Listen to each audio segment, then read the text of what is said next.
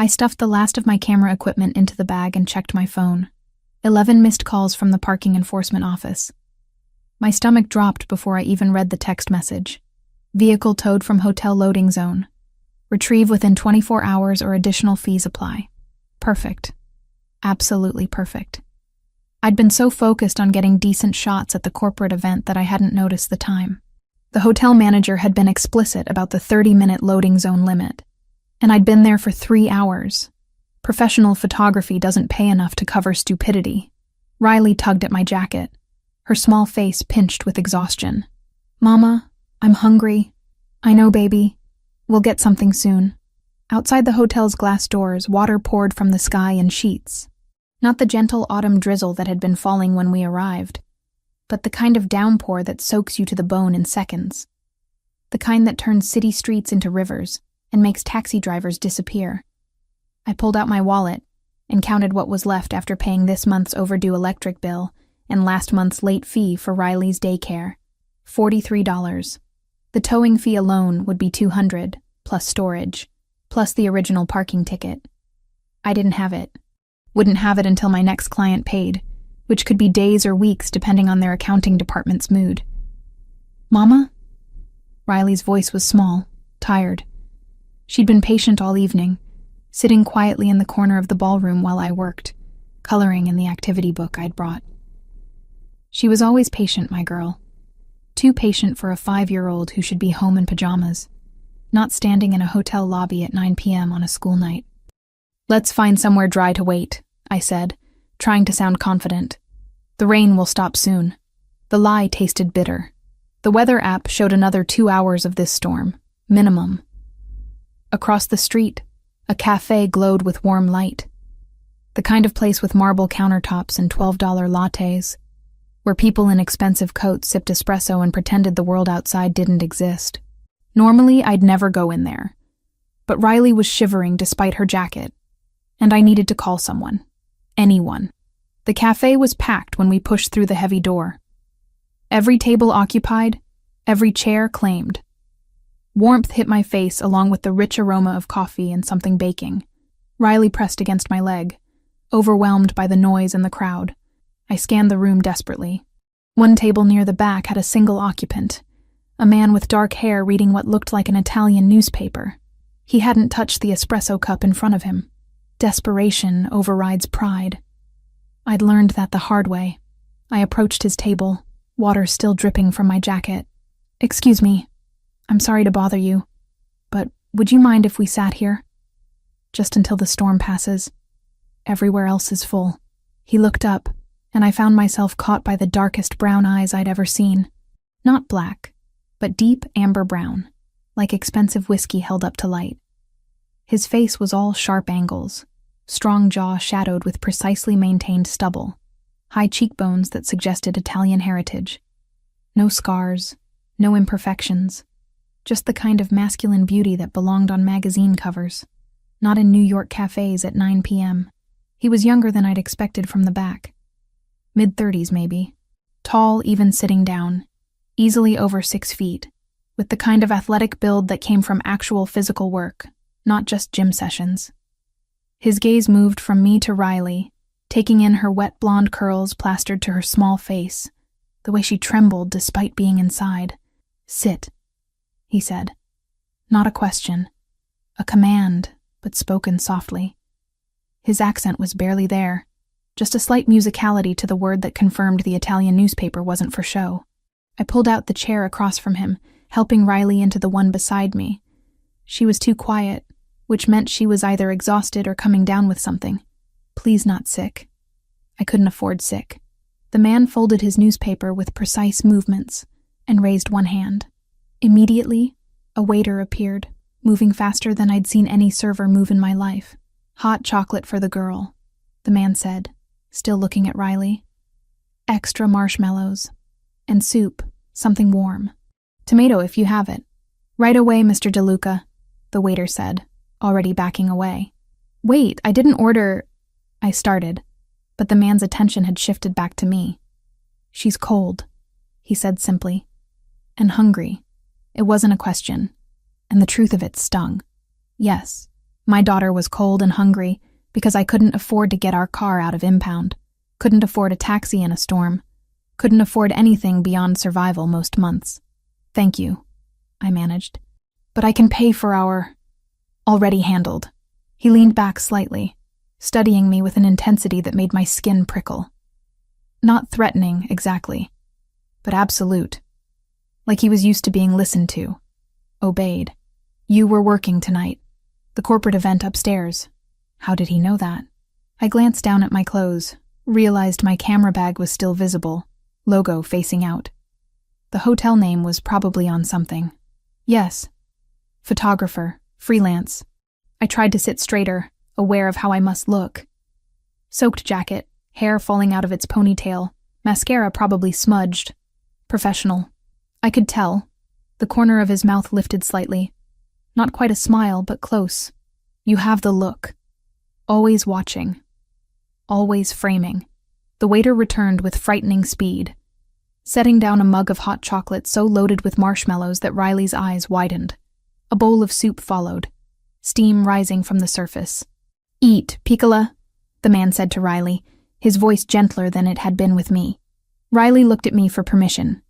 I nodded, and she immediately grabbed the mug with both hands, bringing it to her lips carefully. I'm Megan, I offered, feeling like I should at least introduce myself to the stranger buying my daughter dinner. Megan Collins. This is Riley.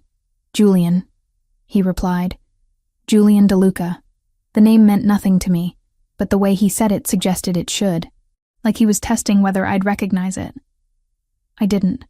I was too busy watching Riley drink her hot chocolate, seeing color return to her cheeks, feeling the knot in my chest loosen slightly. You live in the city? Julian asked, making conversation that felt oddly formal. Queens. We were just waiting for the rain to stop before heading home. His eyes moved to the window, where water still poured in torrents. You'll be waiting a while. Yeah. I pulled my phone out, checked it again. Still no response from my friend Sarah, who might have been able to lend me money. No miraculous solution to the towing situation. Just the weather app confirming my misery.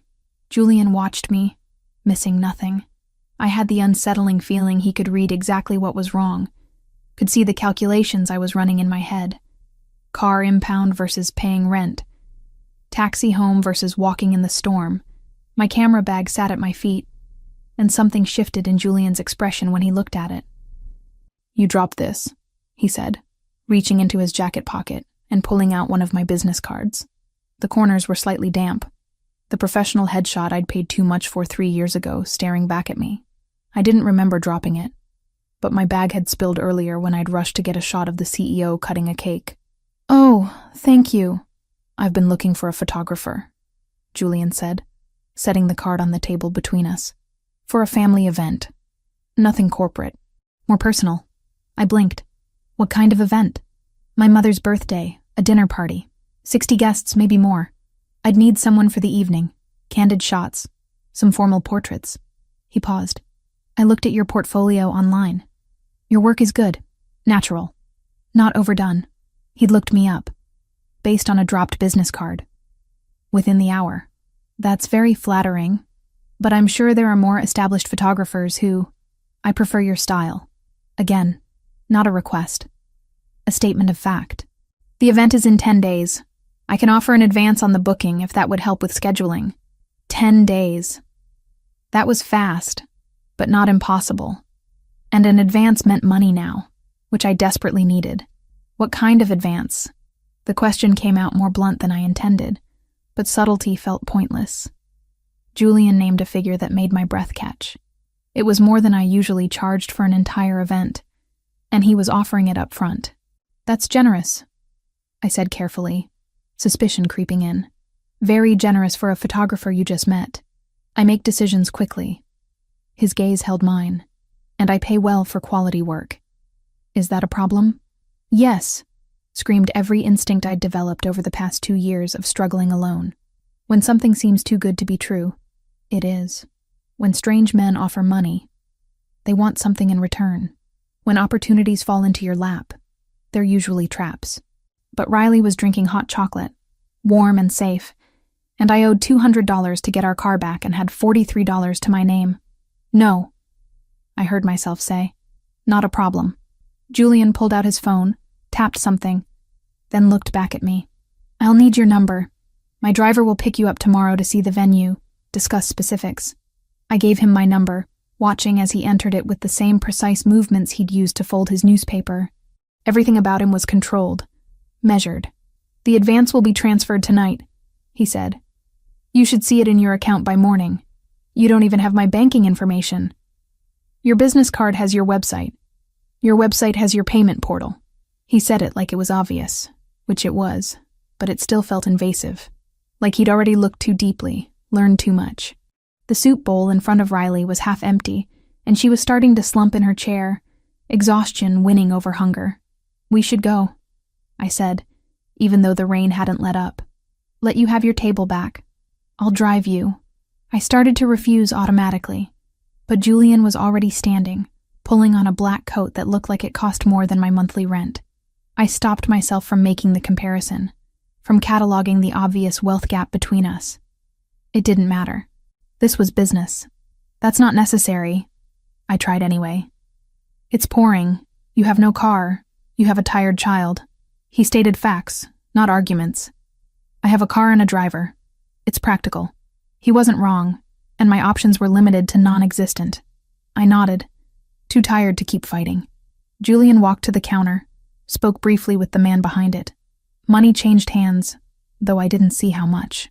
When he returned, he held Riley's jacket, which had been hanging on her chair. Come, Piccola, he said quietly, helping Riley into the jacket with surprising gentleness. Time to go home. Riley looked up at him with sleepy curiosity. Are you a prince? The question caught him off guard. For the first time since we'd sat down, his expression shifted into something almost human, almost warm. Why would you think that? He asked, crouching to be at her eye level. You're in a castle, Riley said, waving vaguely at the elegant cafe. And you're helping us. Like in stories. Julian's mouth curved into a genuine smile, and it transformed his entire face. Made him look younger, less intimidating. Not a prince, he said. Just someone who doesn't like seeing people cold and hungry. Outside, a black car waited at the curb. Not a taxi, not an Uber. A sedan with tinted windows and a driver who appeared the moment we stepped onto the sidewalk, holding an umbrella. The driver opened the rear door without speaking, his movements efficient. He was built like a wall, broad-shouldered and solid, with the kind of watchful eyes that suggested military or security background. I hesitated at the car door, some primal part of my brain screaming warning. Getting into cars with strangers. Rule number 1 of staying safe in the city. But Riley was already climbing in, drawn by the dry warmth, and Julian was waiting patiently, rain soaking his shoulders. I got in. The interior smelled like leather and something woody, expensive. Cedar, maybe, or sandalwood. Julian slid in beside me, maintaining a careful distance, while Riley curled up on the far seat, her head already drooping. The driver pulled away from the curb smoothly, and we merged into the sparse late-night traffic. I gave him my address in Queens, and if he found it unimpressive compared to wherever Julian DeLuca lived, he didn't show it. The silence in the car felt heavy.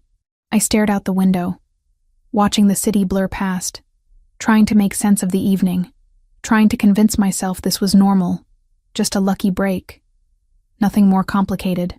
Julian didn't speak, didn't pull out his phone, didn't do anything but exist in the space beside me with that same controlled stillness.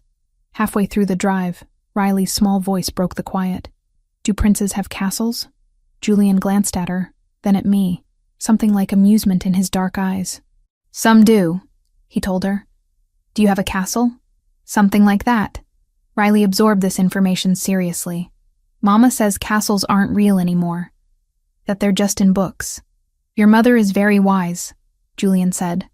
But he was looking at me now, not Riley. But sometimes reality surprises us. I didn't know what to say to that, so I said nothing. The car pulled up to my building 40 minutes later, the rain finally starting to ease. It looked exactly like what it was. A worn-down apartment complex in a neighborhood that had seen better decades. Graffiti on the walls, broken security light, trash collecting in corners. Julian's expression didn't change as he took it in, which somehow made it worse than if he'd shown disgust. "Thank you for the ride," I said, gathering Riley, who had fallen fully asleep. "And for dinner, and for the job. You didn't have to do any of it." "Tomorrow at 10, Julian said instead of acknowledging my gratitude. "The driver will be here." "I'll be ready." I carried Riley to the building entrance, her weight familiar and comforting against my chest. At the door, I turned back, some impulse making me look. Julian hadn't driven away. He sat in the back of the car, visible through the window, watching. Making sure I got inside safely, I realized. The realization did something strange to my chest. Loosened something that had been tight for months. I waved once, awkwardly, then pushed through the door into the lobby that smelled like mildew and old cooking oil. By the time I got Riley upstairs, changed her into pajamas, and tucked her into bed, it was past 11. I checked my phone one last time before collapsing onto my own bed. A notification glowed on the screen. Bank deposit. The exact amount Julian had promised. Already transferred. I stared at it for a long moment. At the proof that tonight had been real. That tomorrow I could get my car back. That for at least a little while the desperate scramble to survive could ease. But underneath the relief, a question nagged at me. Why? Why had Julian Duca, whoever he was, decided to help a random photographer and her daughter in a cafe? What did he really want? I fell asleep before I could answer, exhaustion claiming me. Tomorrow I would meet him again, see his castle, whatever that meant. Tomorrow I could start worrying about the price of his generosity. Tonight, Riley was warm and fed and safe.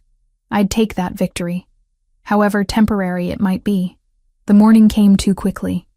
Riley bounced on my bed at 8, fully dressed and demanding breakfast, which told me she'd recovered from last night's exhaustion. Kids were resilient like that. I, on the other hand, felt like I'd been hit by a truck. My phone showed the bank deposit was real, which meant today was real, which meant I was about to see Julian Duca's castle and figure out what I'd actually agreed to. By 9:45, we were both presentable. Riley wore her favorite purple dress with the butterfly on it, insisting that you had to dress nice for castles. I'd chosen black jeans and a gray sweater, professional but not trying too hard. My camera equipment was clean and organized, ready to assess the venue. The black sedan arrived at precisely 10. Same car as last night, same driver who emerged to open the door with the same wordless efficiency. "Good morning," I ventured as Riley climbed in. "Morning, Miss Collins," he replied, his voice surprisingly gentle for someone built like a linebacker. "I'm Anthony. Mr. Duca asked me to make sure you're comfortable." Anthony. At least now the silent driver had a name. The drive took us out of Queens, through Manhattan, across a bridge I didn't recognize. We ended up in a part of the city I'd never visited, where streets were tree-lined and houses sat behind gates instead of stacked on top of each other. We turned onto a private road, and I understood what Riley had meant about castles. The Duca property wasn't a castle, but it wasn't far off. A 3-story brick mansion sat at the end of a curved driveway, surrounded by manicured gardens that probably cost more to maintain than I made in a year. Wrought iron gates had opened automatically as we approached, cameras visible at multiple points along the perimeter. This wasn't just wealthy. This was the kind of wealth that needed security. "Wow," Riley breathed, pressing her face against the window. Anthony pulled up to the front entrance where Julian waited. He wore dark gray slacks and a black sweater that somehow looked both casual and expensive, hands in his pockets as he watched our approach. He opened Riley's door himself, crouching down to her level. "Good morning. Did you sleep well?" Riley nodded shyly, suddenly reserved in daylight. "Good." Julian straightened, his attention shifting to me as I climbed out. "Megan, thank you for coming. Thank you for the advance," I replied, keeping it professional. "It cleared this morning, as promised." He gestured toward the house. "Come. I'll show you where the event will be, and we can discuss what you'll need." The interior matched the exterior. High ceilings, crown molding, hardwood floors that gleamed like glass. Artwork that looked original and probably was. Everything screamed old money, generational wealth. the kind that didn't need to announce itself because everyone already knew. Julian led us through a formal living room that looked like it belonged in a museum, down a hallway lined with family photographs. I tried not to stare too obviously at the images. Julian as a teenager, serious even then. An older couple who must be his parents. A younger man who shared Julian's features but with softer edges, less intensity. We emerged into a sunroom that overlooked gardens stretching toward a distant wall. Windows on 3 sides flooded the space with light, and I could already see the potential for photographs. Natural light like this was a gift. "The dinner will be here," Julian explained. "Tables arranged in a U-shape, about 60 guests. My mother prefers intimate settings even for large gatherings." I pulled out my phone, started making notes about lighting conditions, best angles, where I could position myself to be unobtrusive. Professional mode kicked in, overriding my nerves about being in this overwhelming house. Riley had wandered to the windows, drawn by movement in the garden. I followed her gaze and saw an older woman in an elegant cream dress tending to rose bushes, her silver-streaked dark hair pulled back. The woman looked up, perhaps sensing being watched. Her eyes found the window, found Riley standing there backlit by sunlight, and she went completely still. Even from this distance, I could see the shock on her face, then something else. Recognition, maybe, or memory. Her hand went to her mouth. "That's my mother," Julian said quietly, having moved to stand beside me. His voice had changed, softened. "Valentina." The woman set down her gardening shears and walked toward the house with purpose. Julian moved to meet her, and I heard the back door open, followed by rapid Italian that I couldn't understand. Valentina entered the sunroom like weather, bringing energy that filled the space. She was beautiful in the way women who'd lived full lives were beautiful, lines around her eyes speaking of laughter and tears in equal measure. But she wasn't looking at Julian. She was looking at Riley, who'd turned from the window and now stood uncertain, sensing the intensity of attention. "Mio Dio," Valentina whispered. "She looks exactly—" "Mother," Julian said gently, switching to English. "This is Megan Collins, the photographer I told you about, and her daughter Riley." Valentina blinked, seemed to remember herself. She turned to me, offered a warm smile that didn't quite reach her eyes, which kept drifting back to Riley. "Forgive me," she said, her accent stronger than Julian's. "You must think me strange. It's just, you remind me of someone, Kara." This last part was directed at Riley. "My granddaughter," Julian supplied quietly, answering my unasked question. "Sophia. We lost her 10 years ago." The weight of that statement settled over the room. I looked at Riley, seeing her through Valentina's eyes. Blonde curls, small frame, probably the same age. The same innocence that made the world seem safe when it wasn't. "I'm so sorry," I said, inadequate words for immeasurable loss. Valentina waved it away, but her eyes were bright. "It was long ago, but seeing your daughter," she trailed off, then seemed to gather herself. "You will stay for lunch, yes? Both of you, I insist." Julian opened his mouth, probably to explain that we were here for business, but Valentina's expression brooked no argument. This was a woman used to getting her way. "We don't want to impose," I started. "You're not imposing. You're accepting hospitality." Valentina's smile became genuine. "Please. It would make me very happy."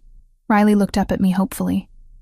She'd been so good lately, so patient with all the upheaval in our lives. "One lunch wouldn't hurt." "Okay," I agreed. "Thank you." Valentina beamed, then held out her hand to Riley. "Come, Piccola, you can help me set the table. Do you know how to fold napkins?"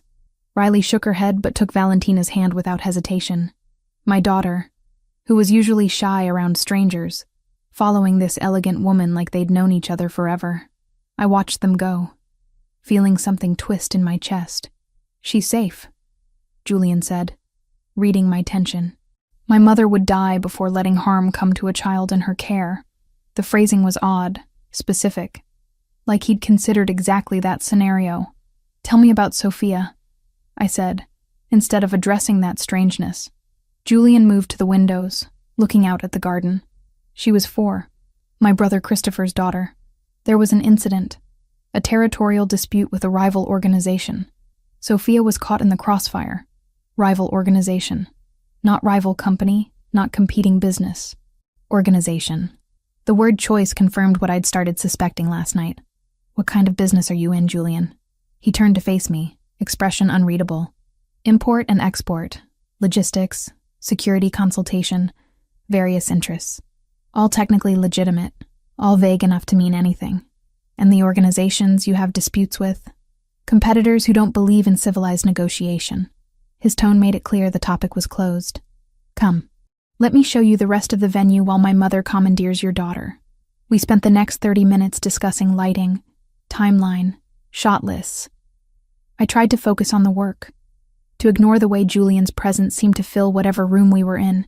He was attentive to details, asked intelligent questions about composition, and candid versus posed shots.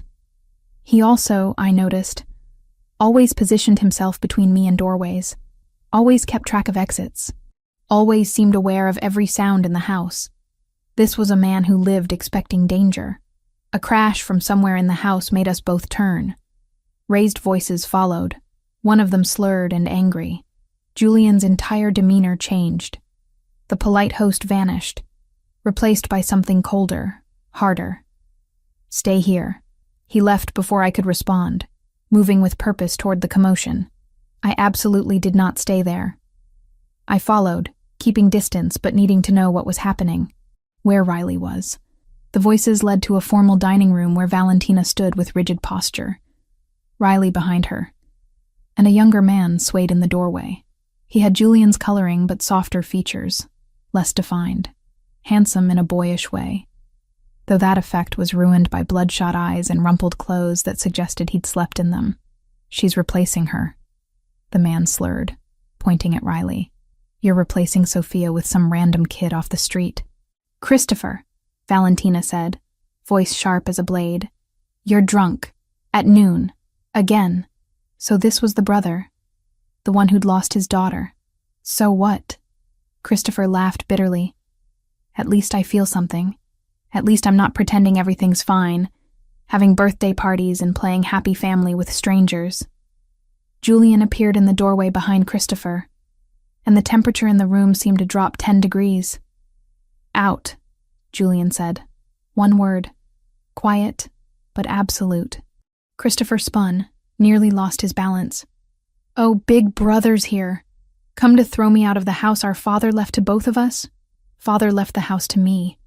He left you an allowance you've drunk through twice over. Julian's voice was flat, factual. You have 30 seconds to leave on your own, or Anthony will help you. As if summoned, Anthony appeared at Julian's shoulder. Christopher took in the bigger man's impassive expression and seemed to deflate. This is what we've become, Christopher said, looking between Julian and Valentina. Father would be ashamed. Father would be ashamed of what you've made yourself, Valentina replied, sadness underlying the anger. Now go. Sleep it off. Christopher left, stumbling slightly. Anthony followed at a discreet distance. The silence that followed was heavy. Riley had pressed herself against Valentina's legs, and the older woman stroked her hair absently, comforting them both. Julian's jaw was tight, hands fisted at his sides. This was costing him, I realized. Watching his brother self-destruct, being unable to fix it. I'm sorry you had to see that, Valentina said to me to Riley. Christopher, he's been unwell since we lost Sophia. 10 years. The girl had been gone 10 years and her father was still drowning in grief. We should go, I said quietly. This is family business. We're intruding. No. Valentina's response was immediate. Firm. You stay. We eat lunch like civilized people. Christopher doesn't get to ruin this too. It wasn't really a request. I nodded, not knowing what else to do. Lunch was surprisingly pleasant despite the earlier scene. Valentina had made pasta from scratch, served with bread that melted in your mouth and vegetables from the garden. Riley ate without complaint, drawn out of her shell by Valentina's gentle attention and questions about school, friends, favorite colors. Julian remained quiet, watchful. He'd positioned himself where he could see both the door and Riley, that protective instinct on full display. Midway through the meal, Valentina asked, Would you do me a favor? An old woman's indulgence? Of course, I said, though wariness crept in. Would you take a photograph of Riley? For my desk? Valentina's eyes were hopeful, vulnerable. I know it's odd to ask, but she has brought light into this house today, and I would like to remember it. I looked at Riley, who shrugged, unbothered. Sure, Mama. Okay, I agreed, pulling out my camera. Riley, stand by the window there. I took several shots of my daughter backlit by garden sunlight, her blonde curls glowing, expression open and sweet. When I showed Valentina the preview, the older woman's eyes filled with tears. Perfect, she whispered. Grazie. After lunch, Julian walked us to the car. Riley ran ahead with Anthony, chattering about the roses in the garden. I apologize for Christopher, Julian said as we walked the curved driveway. He's complicated. He lost his daughter. That's not complicated, that's devastating. It is, but it doesn't excuse everything else. Julian stopped walking, turned to face me. Megan, I want you to have my number, my personal line, not the business one. He pulled out his phone, showed me a different number than the one from last night. I added it to my contacts, wondering why a photographer would need the personal line of a client whose family drama included day drinking and mysterious organizations. If you ever need anything, Julian continued, and I mean anything, you call that number, day or night. It doesn't matter what it is. Julian, I appreciate the generosity, but I'm your photographer. That's all. His dark eyes held mine, intense in a way that made my breath catch. Riley reminds my mother of what we lost. That makes you family adjacent, whether you intended it or not. And I protect what's mine. The possessiveness in that statement should have alarmed me. Instead, it made something warm unfurl in my chest, unwanted and dangerous.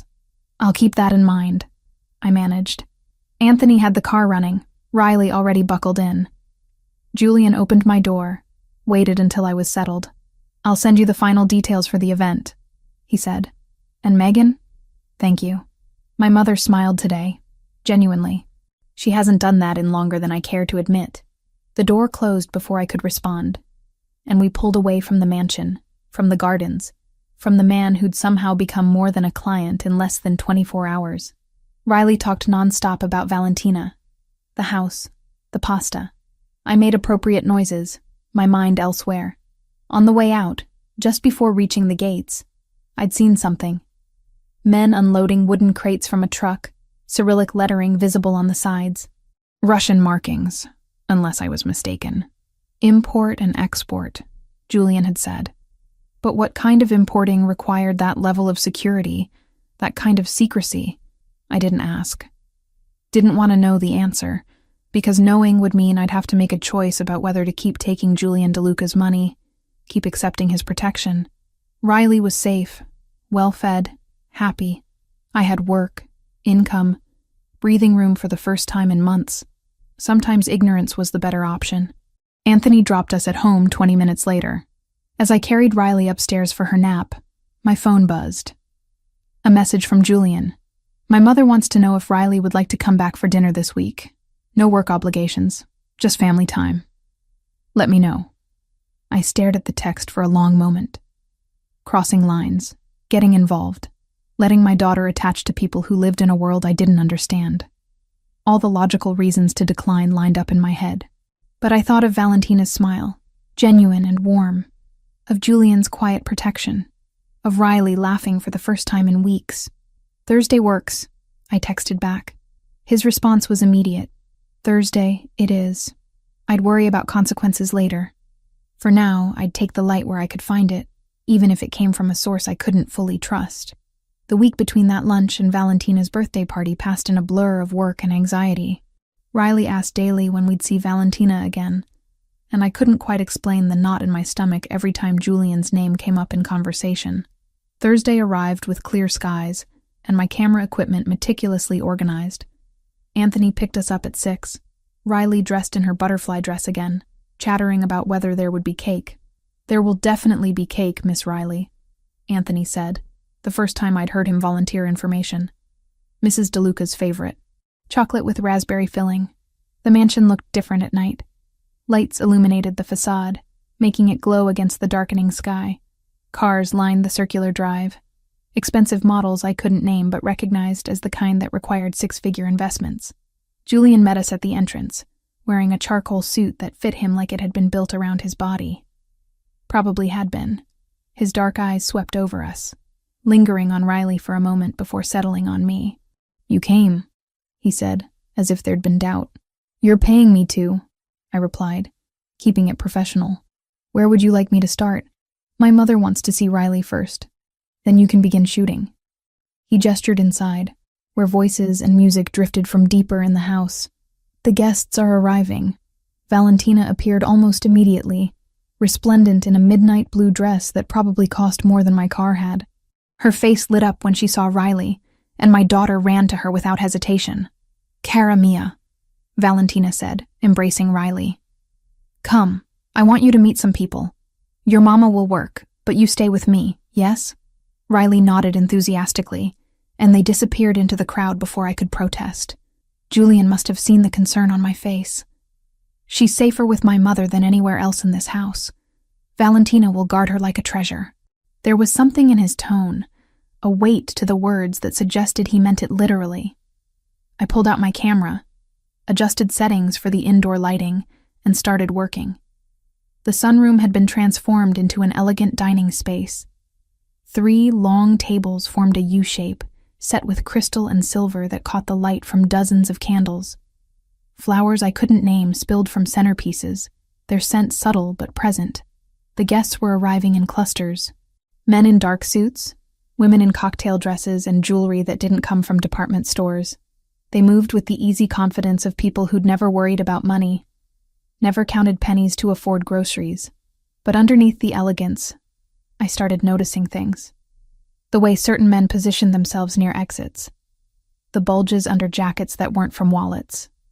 How conversations would pause when I moved close with my camera, resuming only after I'd passed. These weren't business executives or wealthy socialites. Or rather, they were those things.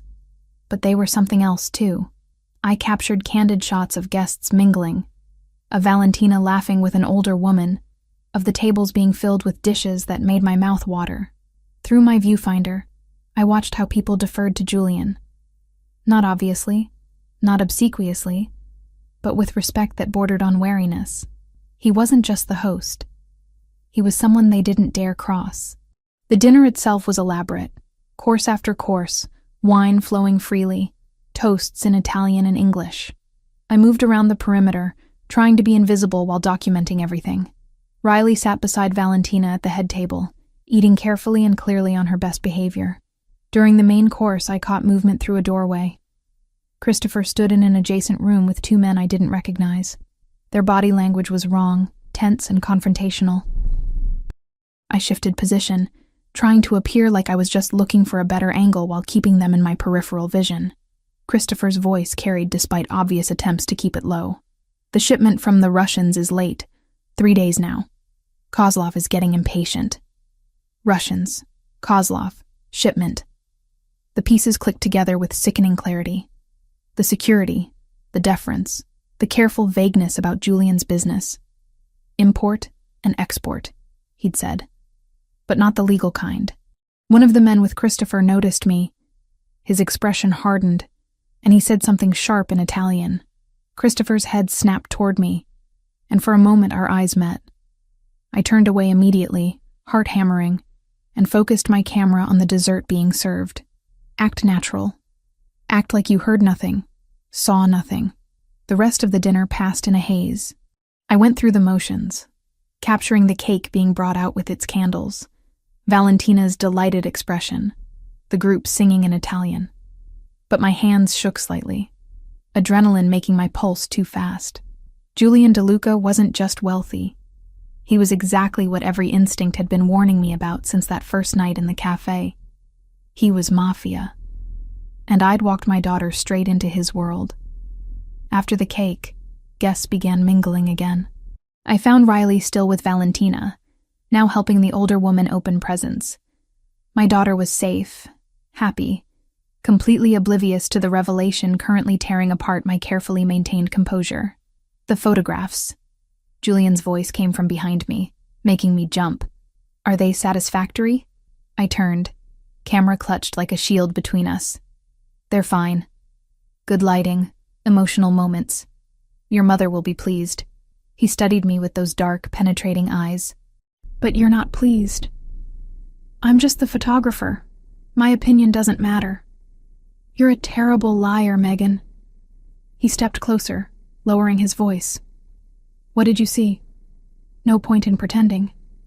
Your brother, talking about Russians and shipments, using words that don't fit the legitimate business narrative. Julian's jaw tightened slightly, but he didn't look surprised.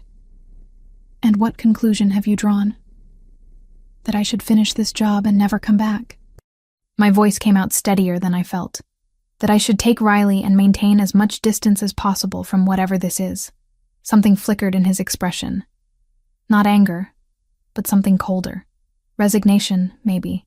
Come with me, he said. We should talk privately. I wanted to refuse, wanted to grab Riley and run. But Anthony had appeared at the edge of my vision, and Valentina still had my daughter. I wasn't leaving without her, and making a scene would only make things worse. I followed Julian through the house to the same office I'd glimpsed on my first visit. He closed the door behind us, muffling the party sounds. Sit, he said, gesturing to a leather chair. I remained standing. I'll finish the job. I'll deliver the photos. But after that, I think it's best if Riley and I don't come back. Is that what you think? Julian moved to his desk, poured amber liquid from a crystal decanter into 2 glasses. He held one out to me. You think you can just walk away? Forget what you've seen? Forget this place exists? I don't know anything, I said, not taking the glass. I overheard a conversation I didn't understand. That's all. You're smarter than that. He set the glass down within my reach. You know exactly what you saw. What we are. What I am. The admission hung in the air between us, heavy with implications. Then let me go, I said quietly. I won't say anything. I have no reason to. I just want to keep Riley safe and live our lives. Julian leaned against his desk, regarding me steadily. Are you afraid of me now? Afraid I'll hurt you or Riley? I should have lied. Should have said no, minimized the threat. Instead, truth spilled out. Yes, I'm afraid. Not that you'll hurt us directly, but that being anywhere near you puts us in danger we can't survive. He nodded slowly, as if I'd confirmed something. Good. Fear is healthy. It means you understand the reality of my world. So you'll let us go? I didn't say that. He picked up his own glass, swirled the liquid. You've been in my home twice now. You've seen my family, my associates. You know where I live, what kind of security I maintain. You've photographed faces of men who prefer anonymity. Cold dread settled in my stomach. So what? I'm a security risk? You're going to make sure I disappear? Don't be dramatic. Julian took a sip of his drink. I'm saying you're connected to me now, whether you like it or not. And that means you're under my protection. I don't want your protection. You have it anyway. His tone left no room for argument. The world I operate in. Knowledge is leverage. People might try to use you to get to me. Or your daughter. That's not a threat from me, that's reality. So you accept my protection. Or you put yourself at risk trying to refuse it. I wanted to argue. To tell him he was wrong. But the cold logic made horrible sense. What does that mean, practically? I managed. It means you have my number. You use it if there's ever a problem. Any problem. It means Anthony or someone else will occasionally check on you. Make sure you're safe. It means that if anyone ever threatens you or Riley, you call me immediately. And in return, you live your life. You work. You raise your daughter. You do whatever makes you happy. He set down his glass. The only requirement is discretion about what you've seen here. But I don't think that will be a problem. It was a cage, but a gilded one. Protection that doubled as surveillance. Kindness that carried obligation. I need to get Riley, I said. Not agreeing, but not refusing either. It's late. Julian moved to the door, opened it. I'll have Anthony bring the car around. Your payment is in an envelope on the entry table. There's a bonus included. I followed him back to the party. which had thinned but not ended. Valentina still had Riley, now showing her a photo album. When she saw us approaching, the older woman's expression turned knowing. "It's time for us to go," I said, keeping my voice gentle. "Say goodnight to Valentina." Riley hugged Valentina with the easy affection of a child who didn't understand complications. "Thank you for my cake. Come back soon, Piccola," Valentina said, kissing Riley's forehead. Then she looked at me, and something in her eyes suggested she knew exactly what conversation Julian and I had just had. "Both of you." Outside, the night had grown cold. Riley climbed into the back seat of the waiting car, immediately curling up. She'd fall asleep before we left the driveway. Julian held my door open, waiting. Before I got in, he spoke quietly. "You asked me to tell you about Sophia." I paused, half in the car. She was Christopher's daughter. 4 years old, blonde curls like Riley. His voice was carefully controlled, emotion locked down tight. 10 years ago, I had a territorial dispute with a Russian organization, the Kozlov family. They wanted our port operations. I refused to negotiate. He looked past me, at nothing. They retaliated by targeting a restaurant we owned. Sophia was there with her mother for lunch. The gunman didn't care about collateral damage. Sophia died instantly. Her mother survived but never recovered. She killed herself 2 years later.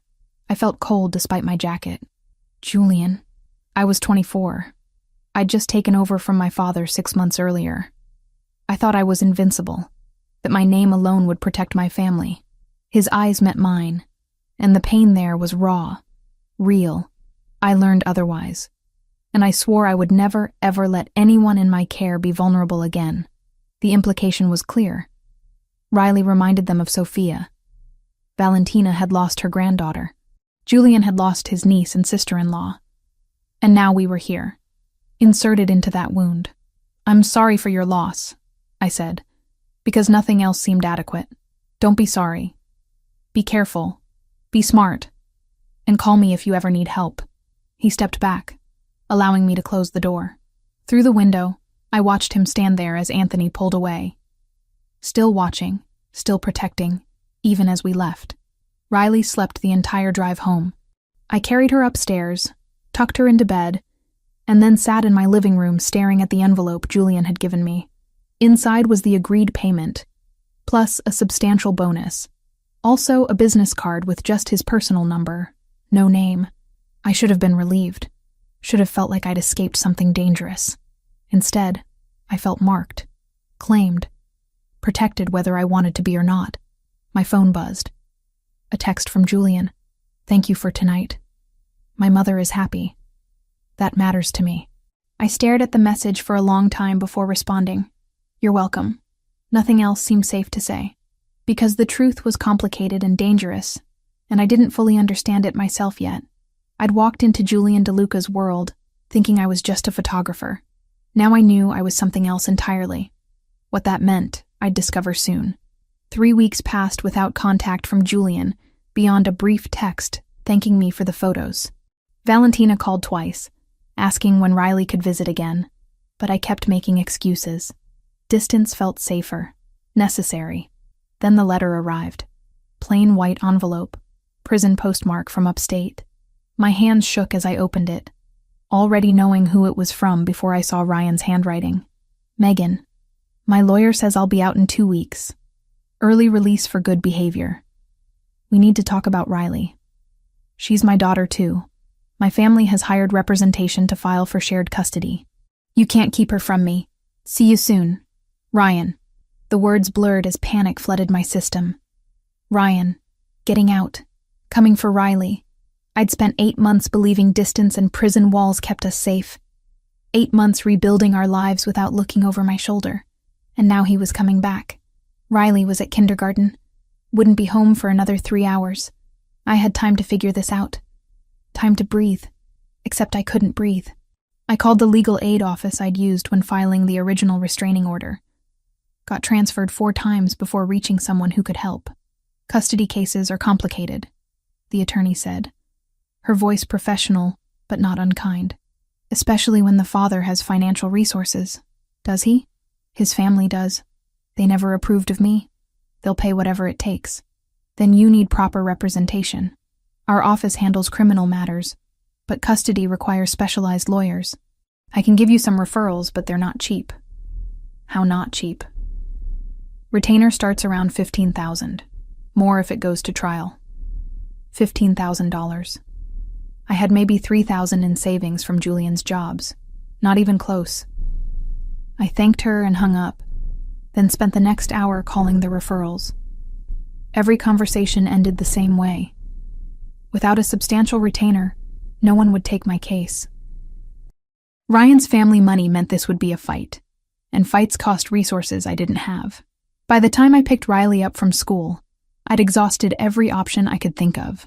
My daughter climbed into our car, chattering about finger painting and playground politics, oblivious to the crisis swirling around her. "Mama, why are your eyes red?" "Just tired, baby." I forced a smile. Long day. At home, I made dinner mechanically. Mac and cheese from a box, carrot sticks, apple slices. Riley ate while I pushed food around my plate, my mind racing through impossible scenarios. Ryan would get shared custody.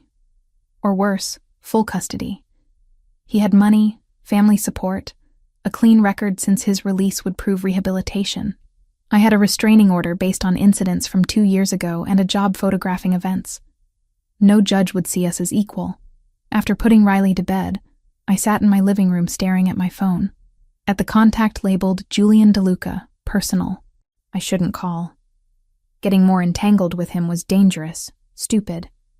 I should handle this alone, but Riley's face kept flashing through my mind. Her trusting smile, her small hand in mine, the way she still sometimes had nightmares about the shouting matches before we left. I couldn't let her go back to that. My finger pressed the call button before I could change my mind. Julian answered on the second ring. Megan.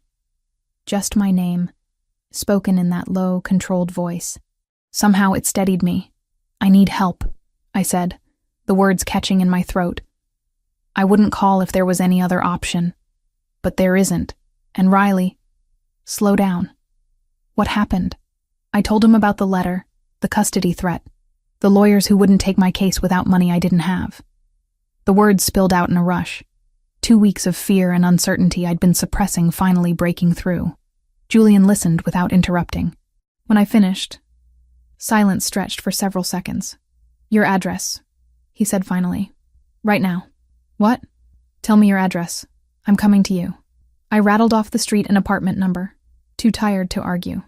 30 minutes, Julian said. "Lock your door. Don't open it for anyone but me."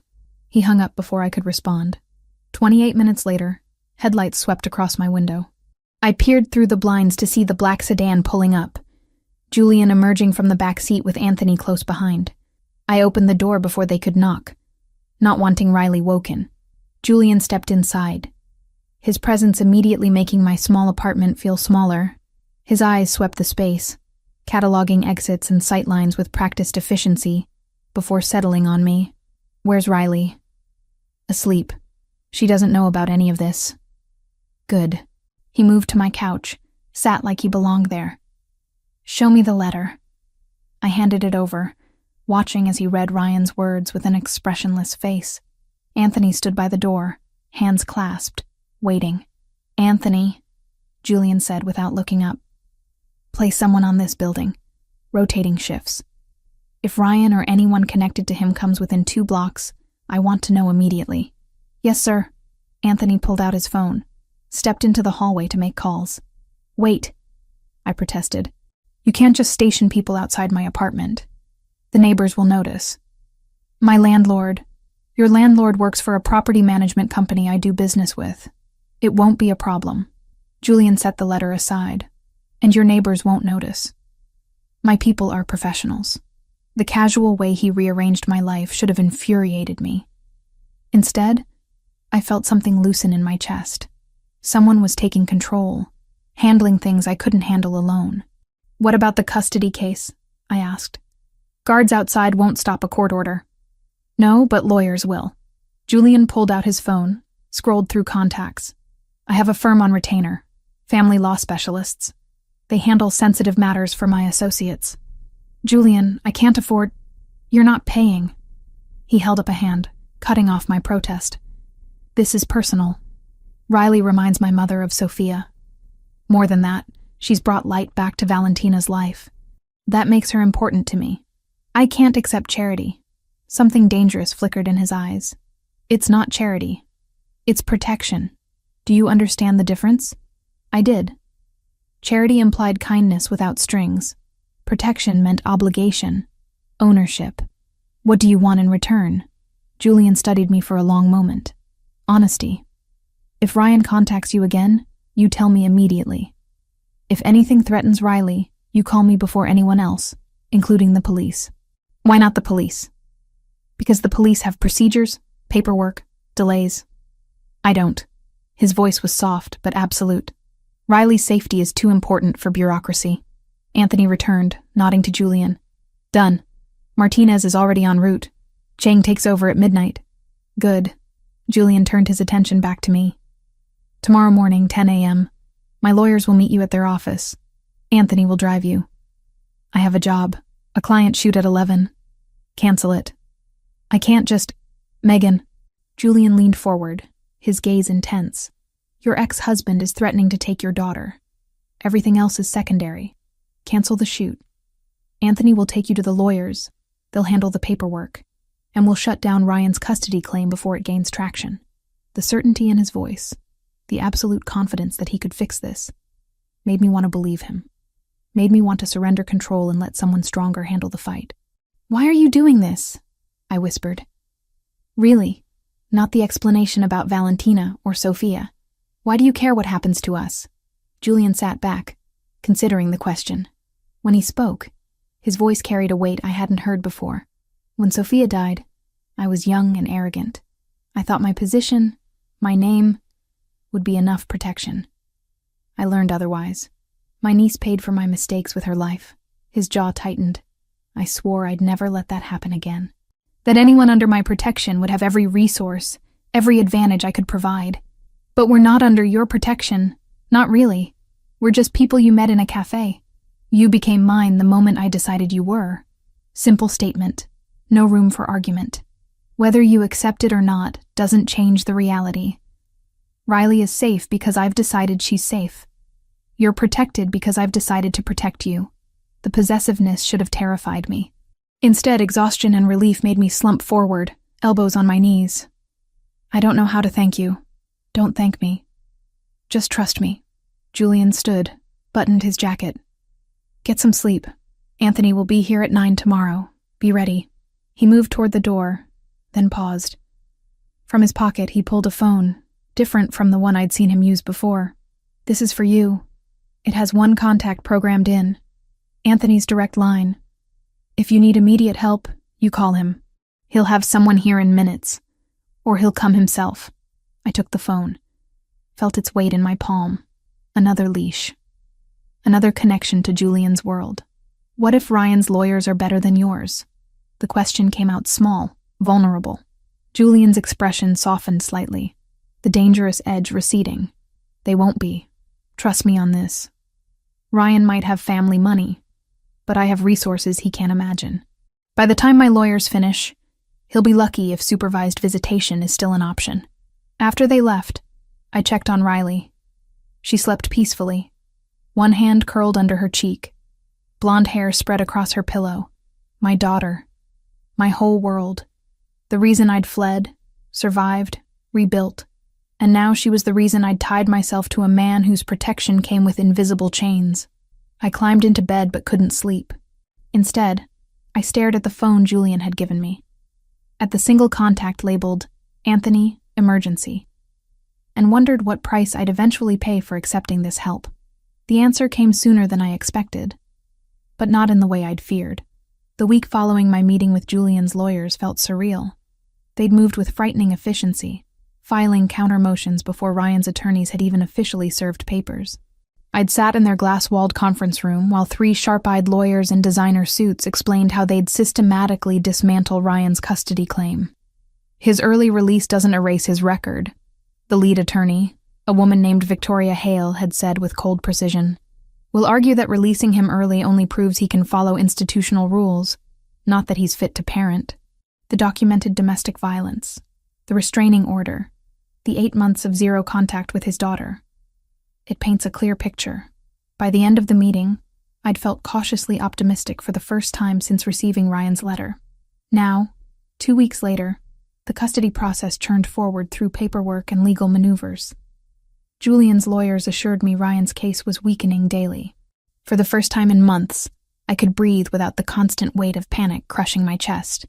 Julian visited frequently, always with a reason.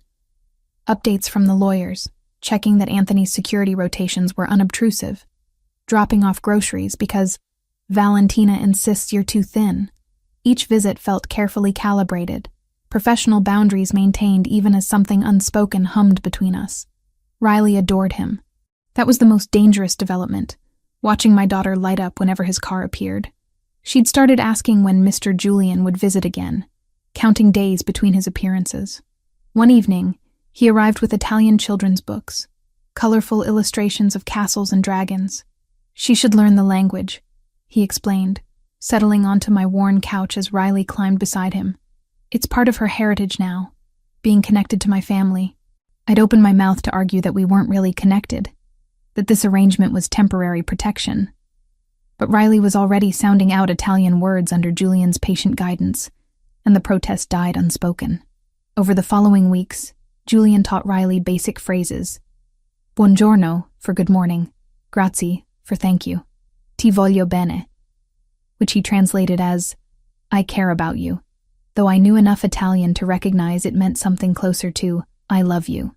Riley practiced constantly, greeting Anthony in Italian when he arrived for security checks, telling me buonanotte at bedtime. She was 5 years old and already bilingual, thanks to a man who'd entered our lives by accident. Or had it been accident? I'd started wondering about that first night in the cafe. The convenient job offer, the perfectly timed advance. Julian had admitted to investigating me after finding my business card. How much had been chance and how much calculation? The thought should have disturbed me more than it did. Sunday morning, 3 weeks after the lawyers' meeting, Valentina called. Lunch today, she announced, brooking no argument. 1 o'clock. Julian will send Anthony. It's family tradition. Sunday lunch. Your family now. Valentina, we're not really your family because I say your family. Now dress comfortable. We eat in the garden when weather is nice. She hung up before I could protest further. Anthony arrived at 12:30. Riley wore her purple butterfly dress again, declaring it her going to see Nonna outfit. When had Valentina become Nonna instead of Mrs. DeLuca? The mansion looked different in afternoon sunlight, less imposing. Gardens bloomed with late spring flowers, and I could hear voices and laughter from somewhere in back. Julian met us at the door, dressed more casually than I'd ever seen him. Dark jeans, a gray Henley that clung to his shoulders, no jacket. He looked younger, more approachable. They're in the garden, he said, gesturing us through. Warning, my mother invited half the neighborhood. Sunday lunches get extensive. The garden had been transformed into an outdoor dining room. A long table covered in white cloth stretched across the patio, already laden with platters of food. 30 people milled around, talking and laughing in a mix of Italian and English. Children ran through the flower beds, their shrieks of joy cutting through adult conversation. Valentina appeared, resplendent in a coral dress, and swept Riley into a hug. There's my beautiful girl. Come. The other children are playing by the fountain. Riley hesitated, looking back at me. Julian crouched beside her. It's safe, he said quietly in Italian, then translated. My men watch the walls. No one comes in who shouldn't. Go play. Riley nodded, trusting him completely, and ran off with a girl near her age who'd appeared at Valentina's side.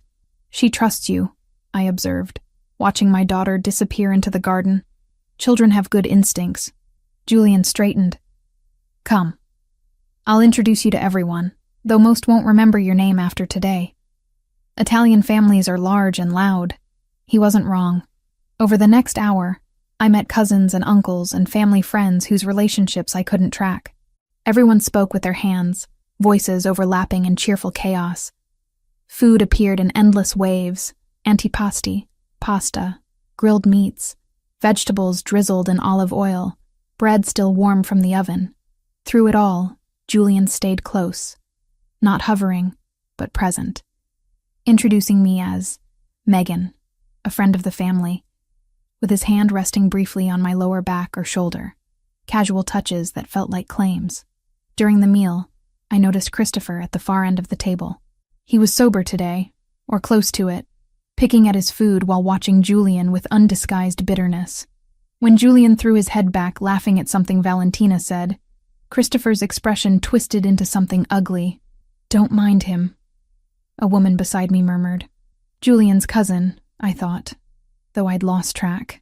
Christopher's been angry at the world since Sophia died, especially angry at Julian for surviving the grief better. After lunch, as guests lingered over coffee and dessert, Julian found me watching Riley play with the other children. "Want to get out of here?" he asked quietly. "The chaos gets overwhelming. Won't your mother mind? She'll be delighted. She's been trying to get me alone with you for weeks." The admission made heat rise to my face. Julian noticed something that might have been amusement flickering in his dark eyes. "Ice cream," he said. "There's a place Riley will love." 20 minutes away, Riley was thrilled at the prospect, bouncing in the back seat of Julian's car, a different vehicle than the usual sedan.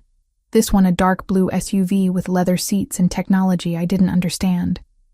The gelato shop was small and family-owned, tucked into a neighborhood that felt frozen in another era.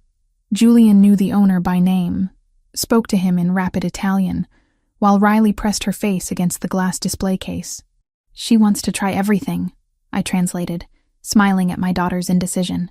"Then she'll try everything," Julian replied simply, ordering a sampler of 6 flavors. We sat at an outdoor table, Riley methodically working through her gelato, while Julian and I pretended not to watch each other. The afternoon sun was warm, the street quiet. It felt almost normal, like we were just a family enjoying weekend ice cream. Except we weren't a family. We were a single mother, her daughter, and a man whose protection came with obligations I hadn't fully acknowledged. Riley's eyes grew heavy halfway through her second flavor. The long afternoon, the playing, the rich food. It all caught up to her at once. Julian noticed before I did. "Come on, Piccola," he said gently. "Time for a rest." He carried her to the car, settled her in the back seat where she immediately curled up and fell asleep. Instead of driving home, Julian pulled into a small park nearby and killed the engine. "She'll sleep better if we don't move," he explained, turning in his seat to face me. "We can wait." In the sudden quiet, with my daughter sleeping peacefully behind us, the barriers I'd maintained crumbled slightly. "Why are you really doing all this?" I asked, not demanding, just needing to understand. The lawyers, the security, the Sunday lunches were nothing to you. Julian's expression shifted, something vulnerable breaking through his usual control. "When I was 17, he said slowly, I had a younger sister, Bella. She was 13, just starting high school. Beautiful, brilliant, full of life. Past tense. My chest tightened. There was a dispute with a rival family. The Russians, actually. The same ones my brother mentioned at my mother's party. They wanted territory my father controlled. He refused to negotiate. Julian's hands tightened on the steering wheel, knuckles white. They retaliated by targeting Bella. Grabbed her after school, held her for 3 days. By the time we found her, he stopped, throat working. She didn't survive what they did to her. Horror and grief crashed over me. "Julian, I'm so sorry. My father became someone else after that. Ruthless, paranoid, trusting no one. I watched him destroy himself trying to protect what remained of our family. He died 5 years later, heart attack from the stress. Left me in charge at 22. He turned to look at me directly, dark eyes blazing with intensity. I swore I would never let anyone under my protection suffer what Bella suffered, that I would use every resource, every advantage, to keep my people safe. And then Christopher's daughter Sophia died in that restaurant shooting. Despite all my promises, the weight of that guilt, carried for 10 years, was visible in every line of his face. So yes, I'm protecting you and Riley. But it's not charity. It's penance. It's trying to save someone I can save, when I couldn't save the ones I lost. Without thinking, I reached across the console and took his hand. His fingers closed around mine immediately, grip almost painful in its intensity. "You can't save everyone," I said quietly. "Those deaths weren't your fault, weren't they? I'm the one who holds power now. If I'd been stronger, smarter, more ruthless, you'd be your father. Dead at 47 from the stress of trying to control the uncontrollable." Julian stared at our joined hands, then lifted his gaze to mine. Whatever he saw in my expression made his breath catch. "You're not afraid of me. I should be. You terrify me, but not for the reasons you think." "What reasons, then?" I couldn't say it. Couldn't admit that what terrified me was how much I'd come to depend on him, how safe I felt in his presence, how my daughter called his mother Nonna and learned Italian from him and looked for his car every afternoon, how I'd started falling for a man whose world would eventually consume us. Instead, I leaned across the console and kissed him.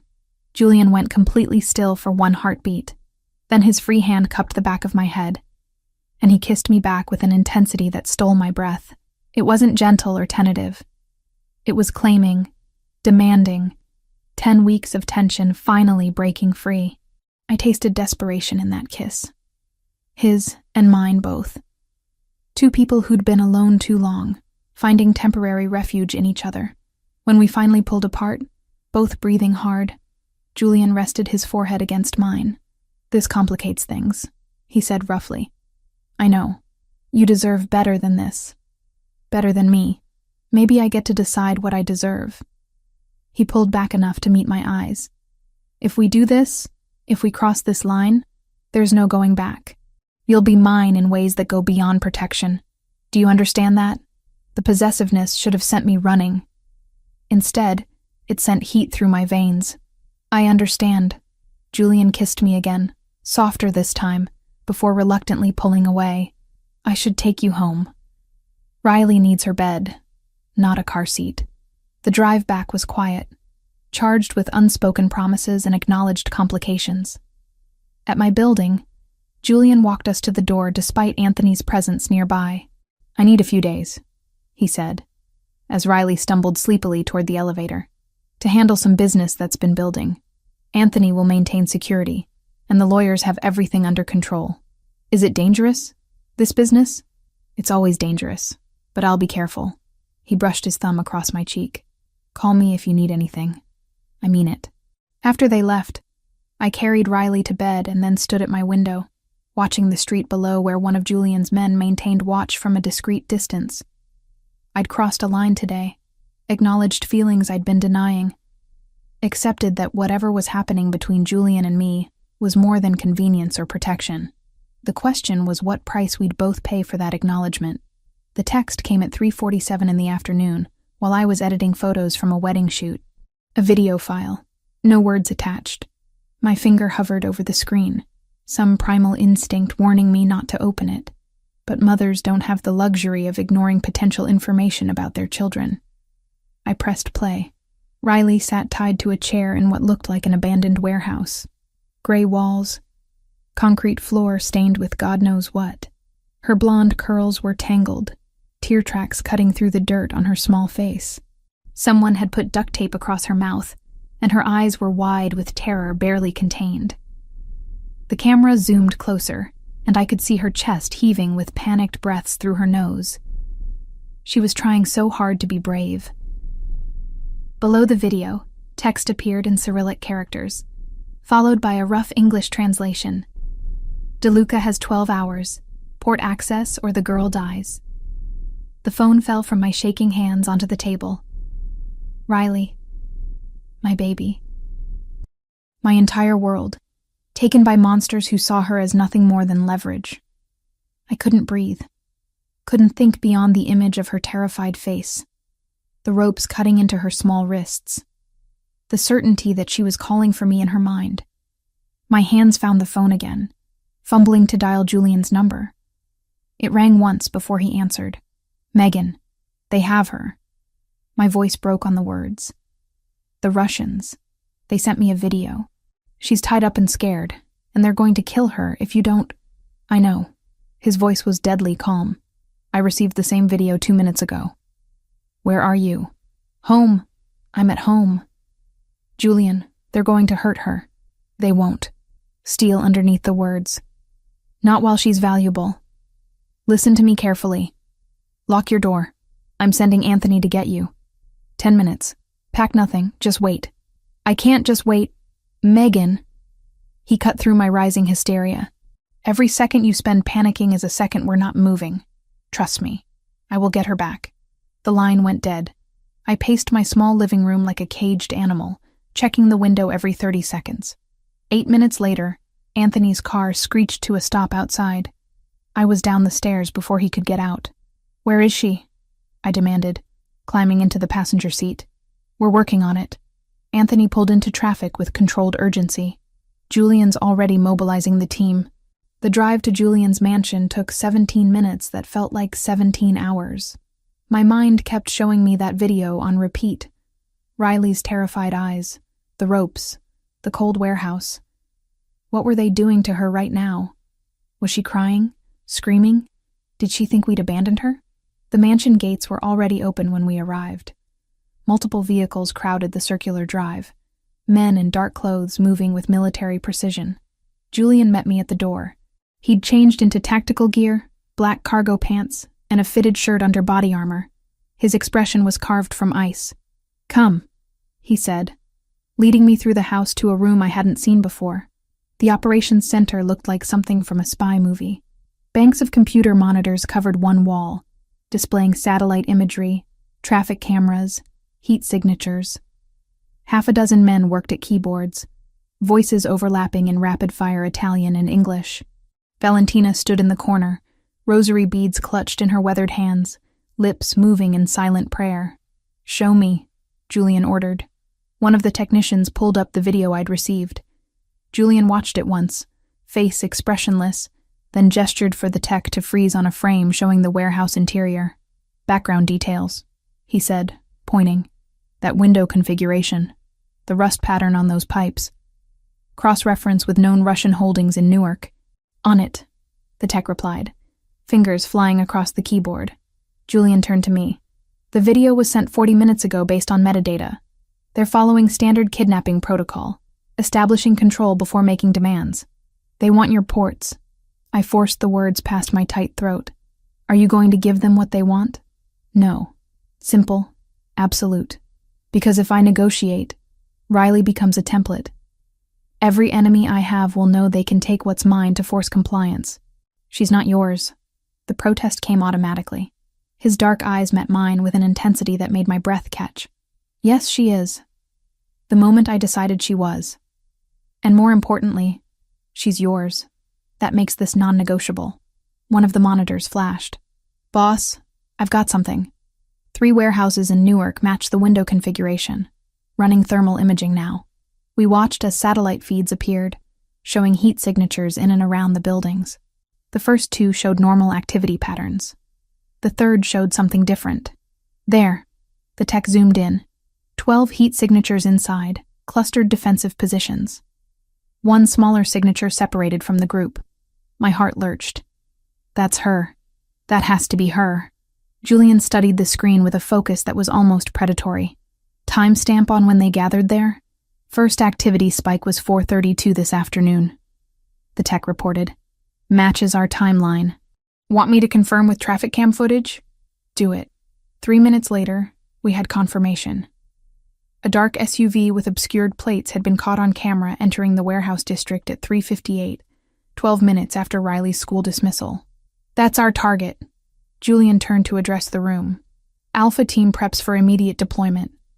Beta team maintains perimeter once we breach. No one leaves that building alive except our people and the girl. The casual way he ordered executions should have horrified me. Instead, I felt savage satisfaction. These men had taken my daughter. They deserved whatever was coming. I'm going with you, I said. No. She's my daughter, which is exactly why you're staying here. Julian's tone brooked no argument. You're emotionally compromised. You'd be a liability in the field. Riley needs her mother alive, not caught in crossfire. Then what am I supposed to do?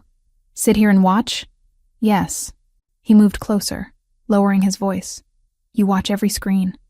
You see the moment we secure her. And when this is over, when she's safe, you're the first face she sees. Not mine. Yours. The logic was sound even as everything in me screamed to go to her. I nodded jerkily. Julian touched my shoulder briefly, the only concession to comfort he'd allow himself.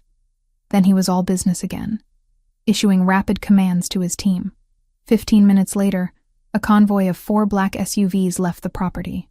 I watched them go through the window, then returned to the operations center where multiple screens now showed dashboard cameras from the vehicles.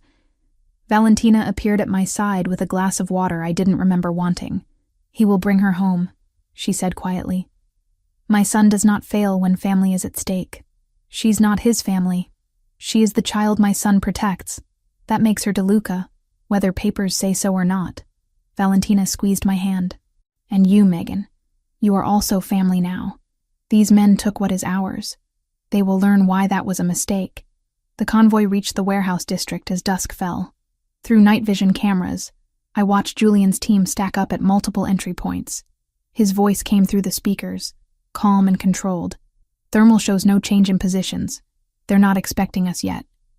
Alpha breaches in 60 seconds. All teams confirm ready. A chorus of affirmatives. My fingernails dug into my palms hard enough to break skin. 30 seconds. Weapons free on confirmed hostiles. Priority 1 is locating the child unharmed. Priority 2 is intel. Priority 3 is nobody leaves breathing. I stopped breathing myself. Breach. The world exploded into chaos. Multiple camera feeds showed doors being kicked in simultaneously. Muzzle flashes lighting the darkness, shouted commands in English and Italian. The staccato crack of gunfire filled the speakers. One camera, mounted on Julian's helmet, showed his point of view as he moved through the warehouse with lethal efficiency. 2 men appeared from behind a stack of crates. Julian fired 3 times. Both dropped. North corridor clear, someone reported.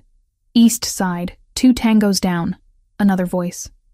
Office section ahead, Julian said. Heat signature still there. Hasn't moved. Please let her be okay. Please let her be alive. The helmet camera showed Julian approaching a closed door. He signaled to the men behind him, held up 3 fingers. 3, 2, 1. The door exploded inward. Julian swept into the room, weapon raised. For a heart-stopping moment, the camera showed nothing but overturned furniture and shadows. Then it tilted down. Riley sat in the corner exactly as she'd appeared in the video, tied to a chair, duct tape over her mouth. But her eyes, when they found the camera, went wide with recognition. Target acquired, Julian said, his voice rougher than before. She's alive. She's okay. A sob tore from my throat before I could stop it. Valentina's arm went around my shoulders as my knees buckled. On screen, Julian holstered his weapon and crossed to Riley in 3 long strides. His hands, so deadly moments before, were gentle as he peeled the tape from her mouth. Riley, he said softly. It's me. You're safe now. She stared at him for 1 long second, like she couldn't believe he was real. Then she threw herself forward, chair and all, trying to reach him. Julian caught her, wrapping his arms around chair and child together. One of his men moved in with a knife, cutting the ropes. The moment she was free, Riley wrapped her arms around Julian's neck and buried her face against his tactical vest. I knew you'd come, she sobbed. I told them you'd come. They said nobody was coming, but I knew. I'm here. Julian's voice cracked in a way I'd never heard. I've got you, Piccola. Nobody's going to hurt you ever again. He stood with her clinging to him. This violent man holding my terrified daughter with infinite care. Alpha team, target secured, he reported, moving to extract. The journey out of the warehouse was faster than the entry. Julian never put Riley down, just carried her through corridors of fallen men, shielding her face so she wouldn't see the bodies. Mama? Riley's voice came through the audio. Where's my mama? She's waiting for you, Julian promised. She's safe. We're going to her right now. The convoy pulled back through Newark with escort vehicles clearing their path. 45 minutes from breach to arrival at the mansion. 45 minutes during which I paced the foyer like a mad woman, unable to sit, unable to do anything but wait. Headlights swept across the windows. Car doors opened. I was already running down the front steps when Julian emerged from the lead vehicle, Riley still in his arms. "Mama!" she screamed, reaching for me. I grabbed her from Julian and crushed her against my chest, feeling her small body shake with sobs, breathing in the smell of her hair and sweat and fear. But alive. She was alive. "I'm here, baby," I whispered fiercely. "I've got you. You're safe." Riley clung to me, fingers twisted in my shirt, her whole body trembling. I held her so tightly she had to push back to breathe, but I couldn't let go. Couldn't convince my arms to loosen even slightly. Julian stood a few feet away, watching us with an expression I couldn't fully read. Relief, certainly. But underneath it, something darker. Guilt, maybe. The weight of promises made and nearly broken. Valentina appeared with a blanket, wrapping it around Riley's shoulders, even though the night wasn't cold. "Povera bambina," she murmured, tears streaming openly. "You're home now. You're safe." A doctor Julian had summoned arrived minutes later and checked Riley over in the mansion's sitting room. No injuries beyond some bruising from the ropes and mild dehydration. Physically, she'd emerged intact. Emotionally was another question. Riley wouldn't let go of me. When the doctor needed to examine her arms, she screamed until I held her hand. When Valentina tried to bring her hot chocolate, she buried her face against my neck. "It's okay," I kept saying, knowing it wasn't but needing to say something. "You're safe now. Nobody's going to hurt you." After the doctor left and Valentina had coaxed Riley into drinking some water, Julian appeared in the doorway. Riley's head snapped up. For a moment I thought she'd be afraid, would associate him with the trauma. Instead, she reached for him. "Mr. Julian saved me," she said to me, like I might not know. "The bad men said nobody was coming, but he came anyway." Julian crossed the room and crouched beside us. "I told you I'd protect you. I keep my promises."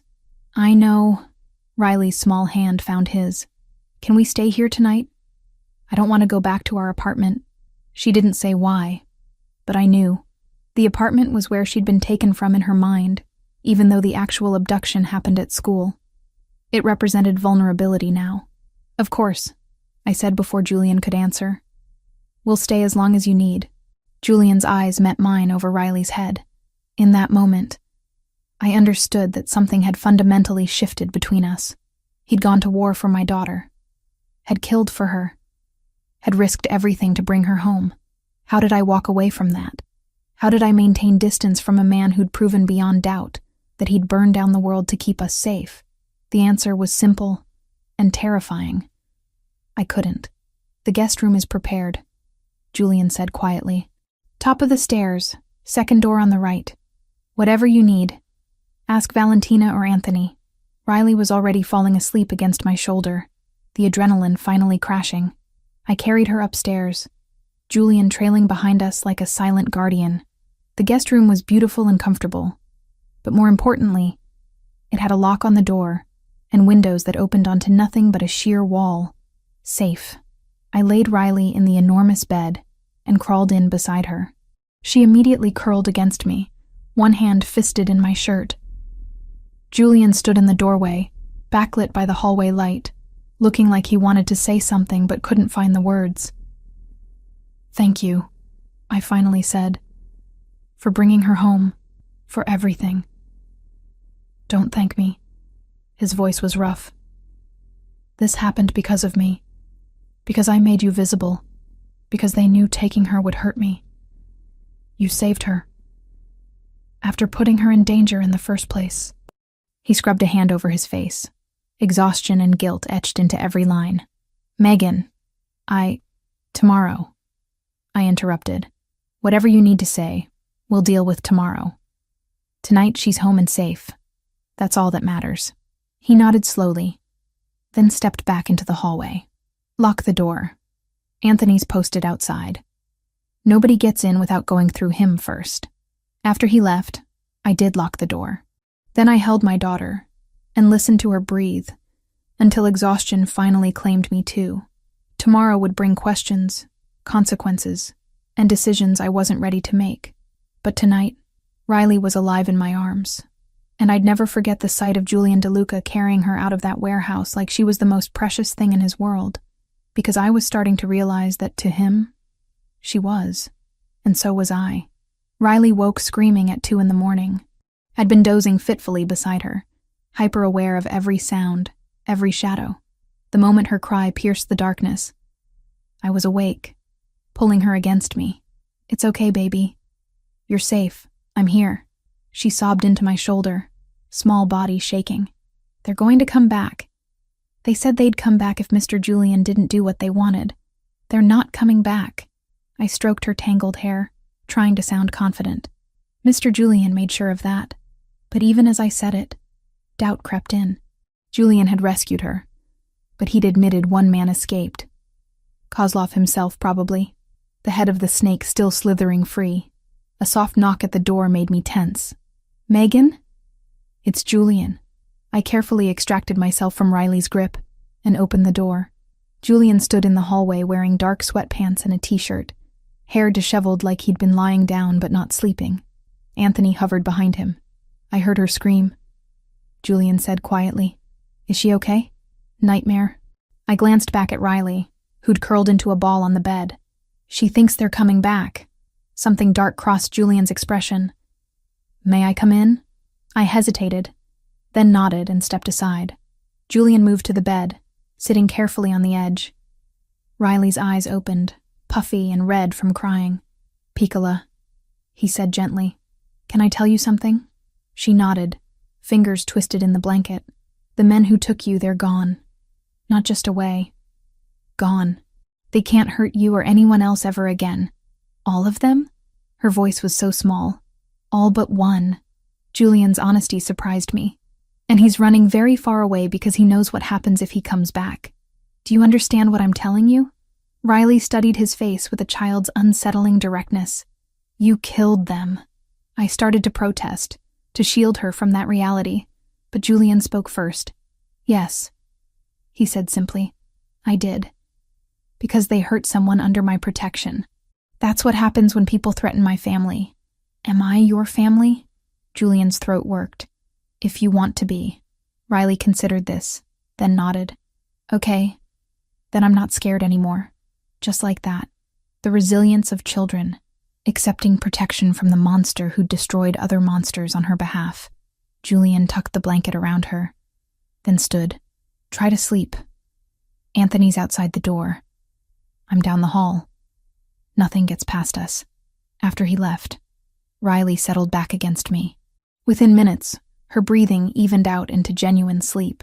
I lay awake, staring at the ceiling, processing what had just happened. Julian had admitted to killing men in front of my 5-year-old daughter. And instead of being horrified, she'd found comfort in it. What kind of world had we entered where violence was reassurance? Morning came with weak sunlight filtering through heavy curtains. Riley woke calmer, asking for breakfast with something approaching normalcy. We found our way downstairs to discover Valentina already in the kitchen, preparing what looked like enough food for an army. "Buongiorno," she said warmly, pulling Riley into a hug. "How did you sleep, Cara?" "Better after Mr. Julian came." Riley climbed onto a stool at the kitchen island. "He said the bad men are gone forever." Valentina's eyes met mine over Riley's head, understanding passing between us. "Yes, well, Julian is very good at making sure bad people don't bother his family." Over pancakes and fruit, Riley gradually relaxed. She told Valentina about the warehouse, about being scared, about how she'd known Julian would come because he'd promised. I let her talk, watching color return to her cheeks, seeing her process the trauma in the way children do, direct and matter-of-fact. Julian appeared around 10, freshly showered and dressed in dark jeans and a gray Henley. He looked less like a Mafia boss and more like a dangerously attractive man who happened to command an army. "Can I borrow your mama for a few minutes?" he asked Riley. She looked at me for confirmation. I nodded. "Stay with Valentina. I'll be right back." Julian led me to his office and closed the door. The room felt different in daylight, less intimidating. Maps still covered one wall, but now I could see they showed port layouts, shipping routes, territory markers. "We need to talk about what happens next," Julian said, moving to lean against his desk. What happens next is we go home and try to rebuild some normalcy. You can't. No apology in his voice, just statement of fact. Your apartment isn't secure. Anyone who knows where you live knows where to find you. And Kozlov is still out there. You said he's running. For now. But men like him don't forget. They don't forgive. Riley is a loose end, and so are you. He crossed his arms. Until I eliminate the threat permanently, you're staying here. You can't just order us to live with you. I'm not ordering. I'm stating reality. His dark eyes held mine. Do you want to take Riley back to that apartment and wonder every time you hear footsteps in the hallway if it's him? Wonder if the car following you is surveillance or attack? Second guess every stranger on the street? The scenarios he painted made my stomach clench. Because he was right. I'd never feel safe there again. How long? I asked. However long it takes. That's not an answer. It's the only one I have. He moved closer. Megan, I know this isn't what you wanted. But that video they sent you, that was the opening move, not the endgame. Kozlov wants to hurt me, and he knows the best way to do that is through people I care about. We're not your responsibility. Yes, you are. Firm. Absolute. I made you mine when I decided to protect you. That's not something I take lightly or walk away from halfway. The possessiveness in his words should have made me angry. Instead, exhaustion won out. What about Riley's school? My work? We have lives, Julian. Riley transfers to a private academy with better security. I know the headmaster. He owes me favors. You can work from here. The house has a studio space you can convert for photography. He'd clearly thought this through. Or you can take a break from working while Riley recovers. I'll cover expenses. I don't want your money. Then consider it compensation for the danger my world brought to your doorstep. His voice softened slightly. I'm not trying to control you. I'm trying to keep you alive. A knock interrupted before I could respond. Anthony entered without waiting for permission. His expression grim. Boss, we've got a problem. Julian straightened immediately. What kind? Christopher. Anthony pulled out his phone, showed Julian something on the screen. Security footage from the warehouse. He was there. The blood drained from Julian's face. Show me. Anthony pulled up the footage on Julian's computer. Grainy night vision showed the warehouse from an exterior angle. Timestamp read 3 hours before the kidnapping. A figure approached the building, walked to a side door. The camera angle caught his profile as he glanced back. Christopher DeLuca. Julian's hands curled into fists. When was this taken? Day of the kidnapping.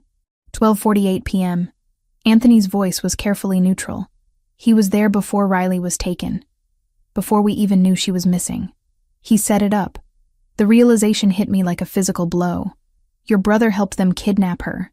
Not just helped. Julian's voice had gone deadly quiet. He probably provided the intel. School schedule, security gaps, pickup procedures. Everything they'd need to take her cleanly. Valentina appeared in the doorway, her face pale. Giuliano, tell me I didn't just hear what I think I heard. Julian turned to his mother. Christopher betrayed us. He gave the Russians the information they needed to take Riley. No. Valentina shook her head. Rosary beads clutched tight. No, he wouldn't. Not after Sophia. He knows what it's like to lose a child. That's exactly why he'd do it. Julian's jaw was tight. He wants me to feel what he felt. Wants me to understand the pain of watching a child disappear. He's sick, Valentina protested. He's broken. He doesn't know what he's doing. He knows exactly what he's doing. Julian pulled out his phone. Anthony, where is he now? Last known location was the apartment downtown, the one you set up for him after he moved out. Send a team. Bring him here. Giuliano, no. Valentina moved between him and Anthony. He's your brother. He put Riley in danger. He allied with the people who killed his own daughter. Julian's voice cracked slightly. He's not my brother anymore, Mama. He's a threat. The pain in Valentina's eyes was unbearable to watch. Please, let me talk to him first. As his mother. One conversation before you do whatever you're planning. Julian's expression was stone, but after a long moment he nodded once. One conversation. Then he answers for what he's done. 2 hours later, Christopher was brought to the mansion. Not in handcuffs, not restrained, but flanked by Anthony and two other men who made it clear he wasn't leaving without permission. He looked worse than the last time I'd seen him. Thinner, skin sallow, eyes bloodshot. The smell of alcohol clung to him even from across the room. Valentina met him in the formal sitting room. Julian watched from the doorway, arms crossed. I stood behind him, Riley safely upstairs with one of the house staff Valentina trusted. "Christopher," Valentina said, voice breaking. "Tell me they're wrong. Tell me you didn't help those men take that little girl." Christopher laughed bitterly. "Which girl? The one Julian replaced Sophia with? The child he parades around like our daughter never existed? Riley is not a replacement." Valentina's voice shook. "She's a little girl who needed protection. And what about Sophia? What about my daughter?" Christopher's voice rose. "Where was Julian's protection when she needed it? Where was this family when she was dying on a restaurant floor? That wasn't Julian's fault," Valentina said desperately. "The Russians attacked because Julian refused to negotiate, because his pride was more important than compromise." Christopher turned his bloodshot gaze to Julian. "You killed her, brother. As surely as if you'd pulled the trigger yourself." Julian's expression didn't change, but I saw his hands curl into fists. "So you decided to make him feel the same pain," I said, unable to stay silent, "by terrorizing a 5-year-old girl who had nothing to do with what happened to Sophia." Christopher's eyes found me. "You don't understand. None of you do. He needs to know what it's like, to be helpless, to watch someone you love disappear and know you can't save them. But he did save her." My voice was cold. "Which means your plan failed. All you accomplished was proving you're exactly as broken as everyone feared." "Megan," Julian said quietly, "but I was done being polite to the man who'd put my daughter through hell. You want to punish Julian? Fine. That's between you two. But you used my daughter to do it. You allied with the men who killed your own child just to hurt your brother. That's not grief, Christopher. That's evil." Christopher lunged toward me, rage twisting his features. Julian moved faster than I'd ever seen him move, intercepting his brother, slamming him against the wall with one hand around his throat. "Don't," Julian said, voice arctic. "Don't even breathe in her direction." Anthony and the other men moved in, but Valentina raised a hand, stopping them. "Giuliano," she said quietly. "Let him go." Julian released Christopher, who slumped against the wall, gasping. Valentina approached her younger son, cupping his face in her hands. "I love you. I have always loved you. But what you did, I cannot forgive. Not yet. Maybe not ever." Tears streamed down Christopher's face. "Mama, no." She stepped back. "You are my son. You will always be my son. But you are not welcome in this house until you make this right. However long that takes. Where am I supposed to go?"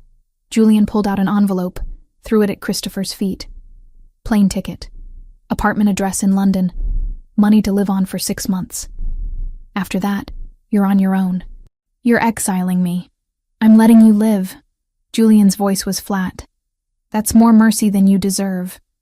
If it were anyone but Mama asking, you'd already be in the ground." Christopher bent to pick up the envelope with shaking hands.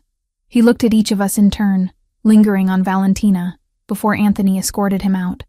The moment the door closed, Valentina collapsed into a chair. Decades of strength finally crumbling. I moved to sit beside her, taking her hand. "I'm sorry," she whispered. "I'm so sorry he hurt your daughter. You're not responsible for his choices. But I am his mother. I raised him. Where did I fail so badly that he became this?" Julian knelt in front of her, taking her other hand. "You didn't fail, Mama. Christopher failed himself. He chose grief over healing, chose revenge over family. That's not your fault." Valentina pulled both of us close, holding on like we were lifelines in a storm. Later, after Valentina had gone to rest, and Julian had disappeared to handle whatever aftermath came from exiling his brother, I found myself in the garden. Riley played on the grass nearby, laughing as a puppy Valentina kept chased her in circles. Normal child sounds, so at odds with the violence surrounding us. Anthony appeared at my side. "Ms. Collins." "Megan," I corrected automatically. "Megan." He nodded. Boss wanted me to tell you the threat level just dropped significantly. With Christopher gone and the Russians scattered, you're considerably safer, but not completely safe. No, his honesty was refreshing. Kozlov's still out there, but he's weakened. Lost his inside source, lost his men, lost his leverage. He'll rebuild, but it'll take time. Months, maybe longer. Long enough to feel like we can breathe again? That's up to you to decide. Anthony glanced at Riley. For what it's worth, I've worked for Julian for 8 years. Seen him lose people, gain people, make hard calls most men couldn't live with. And I've never seen him look at anyone the way he looks at you and your daughter. What way is that? Like he'd burn the world down if it meant keeping you safe. Anthony's expression was unreadable. Just thought you should know. He walked away, leaving me to watch Riley play and wonder how I'd gotten here. How a chance encounter in a cafe had led to this moment where a mafia boss's protection felt less like a cage and more like home. The answer scared me more than the danger ever had, because somewhere along the way, I'd stopped wanting to leave. 3 months passed in a blur of domesticity I'd never expected to experience. Riley thrived at her new private school, making friends and laughing again. Her nightmares came less frequently, and when they did, she'd pad down the hallway to where Julian worked late, climbing into his lap until the fear passed. I'd converted the mansion's sunroom into a photography studio, taking on select clients while building a portfolio that actually reflected my skill rather than desperation. Money was no longer a constant source of panic. And Julian. Julian was everywhere and nowhere, always present even when business took him away for days at a time. We hadn't discussed what we were to each other, hadn't labeled the way his hand found my lower back when we walked together, or how I'd started waiting up for him when he worked late, how Riley called him Julian, but meant something closer to Dad. It was easier not to name it. Safer. Ryan's custody case had dissolved without trial. His lawyers withdrew after Victoria Hale presented evidence of his violent history that somehow kept multiplying. Julian's doing, undoubtedly, though he'd never admitted it. The Russians remained quiet. No attacks, no threats, no sign of Kozlov beyond intelligence reports that placed him somewhere in Eastern Europe, licking his wounds. Life felt almost normal. Almost. I knew it couldn't last. The realization came on a Tuesday afternoon. Riley was at school, I was editing wedding photos, and Julian was supposedly handling business at the port. But something felt wrong, a tension in the air that reminded me of the days before the kidnapping. My phone buzzed. Julian's name on the screen. Come to my office. Now. No explanation. No pleasantries. Just command. The kind he used when situations were critical. I found him standing at the windows overlooking the garden, shoulders tight with tension. Anthony stood nearby, along with 2 men I recognized from Julian's security team. What's wrong? I asked.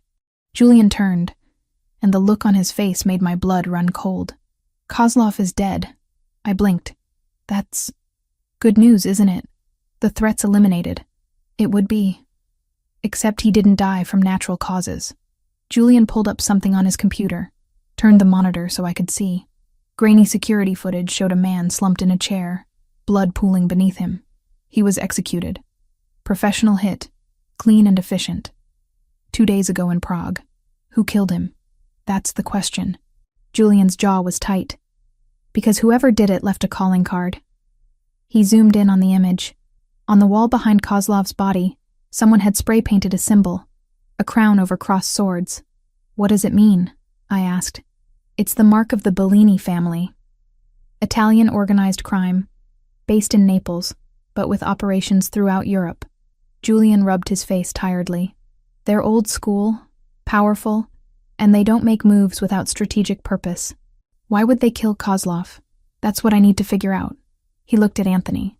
Has there been any communication? Nothing direct, but word on the street is the Bellinis are consolidating territory. They've been moving against Russian interests across Europe for the past 6 months. And now they've made a statement by taking out one of the most connected Russian operators in the game. Julian's voice was grim. Which means they're sending a message. To who? I asked, though dread was already settling in my stomach. Julian's eyes met mine. To me. The Bellinis know about the conflict with Kozlov. They know he targeted my family. By killing him, they're either offering alliance or announcing their intention to fill the power vacuum he left. How do you know which? I don't. Yet, he turned back to Anthony. Increase security at all properties. Double the guards on Riley's school. And find out everything you can about Bellini movements in the US over the past year. After Anthony left, Julian moved to pour himself a drink from the crystal decanter on his desk. His hands were steady, but I could see the tension in his shoulders. This never stops, does it? I said quietly.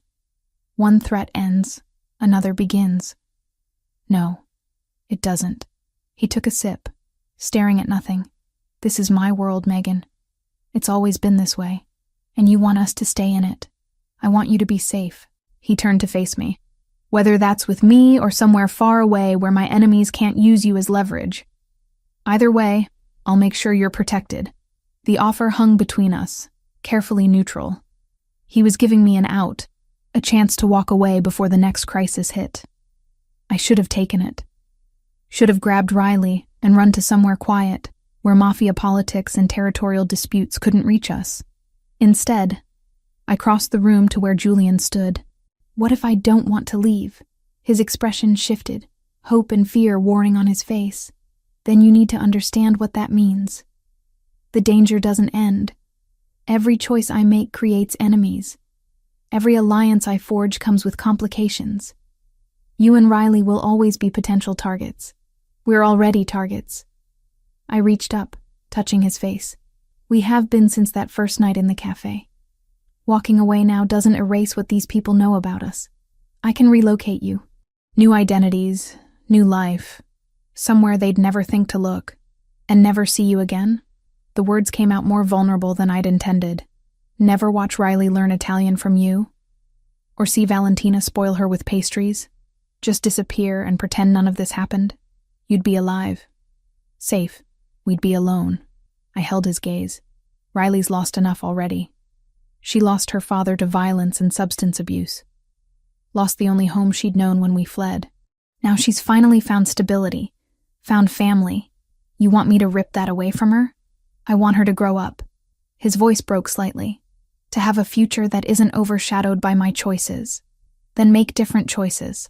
The solution seemed so simple in my mind.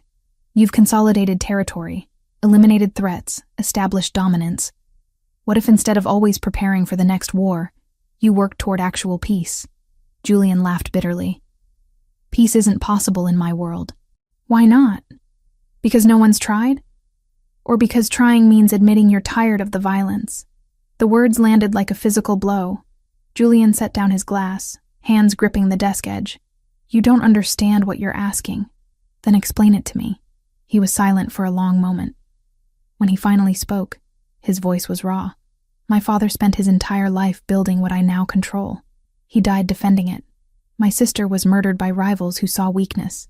Sophia, Christopher's daughter, caught in crossfire from a war I could have prevented. Every person I've loved has paid the price for this world. And you think I'll be next? I moved closer. Or Riley. That's why you keep giving me chances to leave? Yes. What if we choose to stay anyway? What if we decide you're worth the risk? Julian's dark eyes held mine, and I saw everything he'd been holding back. The fear, the longing, the desperate hope that maybe this time it could be different. Megan. The office door burst open.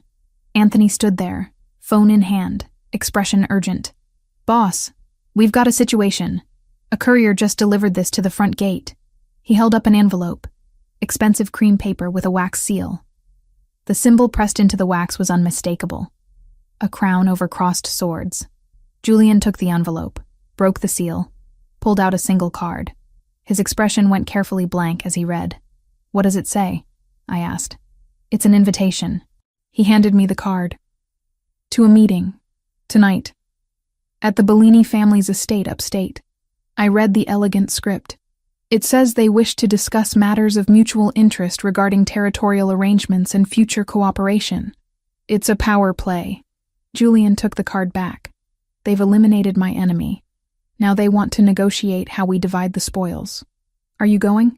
I have to. Refusing would be seen as weakness, an invitation for them to move against me directly. He looked at Anthony. Full security detail. I want routes scouted, exits identified, backup teams staged within 5 minutes of the location. Already on it, Anthony replied. After he left, Julian turned to me. I need you to take Riley and go to the safe house in Connecticut. Anthony will drive you. Leave within the hour. No, he blinked. This isn't a discussion. You're right, it's not. I crossed my arms. You don't get to send us away every time there's danger. If we're doing this, if we're really staying, then we deal with it together. Megan, these people are potentially your new allies, according to that invitation. So go to your meeting. Do your negotiation. Come home safe. I softened slightly. We'll be here when you get back. Riley and I will have dinner with Valentina, watch a movie, be completely normal. Show these Bellini people that you have something worth fighting for beyond territory and pride. Julian stared at me for a long moment. Then, slowly, he pulled me against him, arms wrapping tight. When did you become so brave? He murmured against my hair. The day I realized running wasn't keeping us safe. I pulled back enough to meet his eyes. So go. Handle your business. Then come back and tell me how it went. And if it goes badly, then Anthony will get us to safety while you burn everything down. I managed a small smile. I'm learning how your world works. He kissed me then, fierce and desperate and full of things we hadn't said aloud. When he finally pulled away, his eyes were bright. I love you, he said simply. I've loved you since you sat across from me in that cafe and trusted me with your daughter's safety. Tears blurred my vision. I love you too. So don't do anything stupid tonight. Define stupid. Anything that prevents you from coming home to us. He kissed me once more, quickly, then pulled away. I'll be back before midnight. Anthony stays here with you. Marco and his team will accompany me. After Julian left, I found Riley and Valentina in the kitchen making cookies. My daughter's hands were covered in flour, her laugh bright and free. Where's Julian? She asked when she saw me. Business meeting. He'll be back later. I ruffled her hair. How about we have a movie night? Popcorn and everything? Riley's eyes lit up. Can we watch the princess movie? Whatever you want, baby. As Valentina helped Riley wash her hands, the older woman caught my eye. She knew something was happening, could read the tension I was trying to hide. He'll come back, she said quietly. Julian always comes back. How can you be so sure? Valentina smiled. Because now he has a reason that matters more than pride or territory. He has you. He has Riley. He has family again. The hours crawled by. We watched the movie, ate too much popcorn, and Riley eventually fell asleep curled against my side.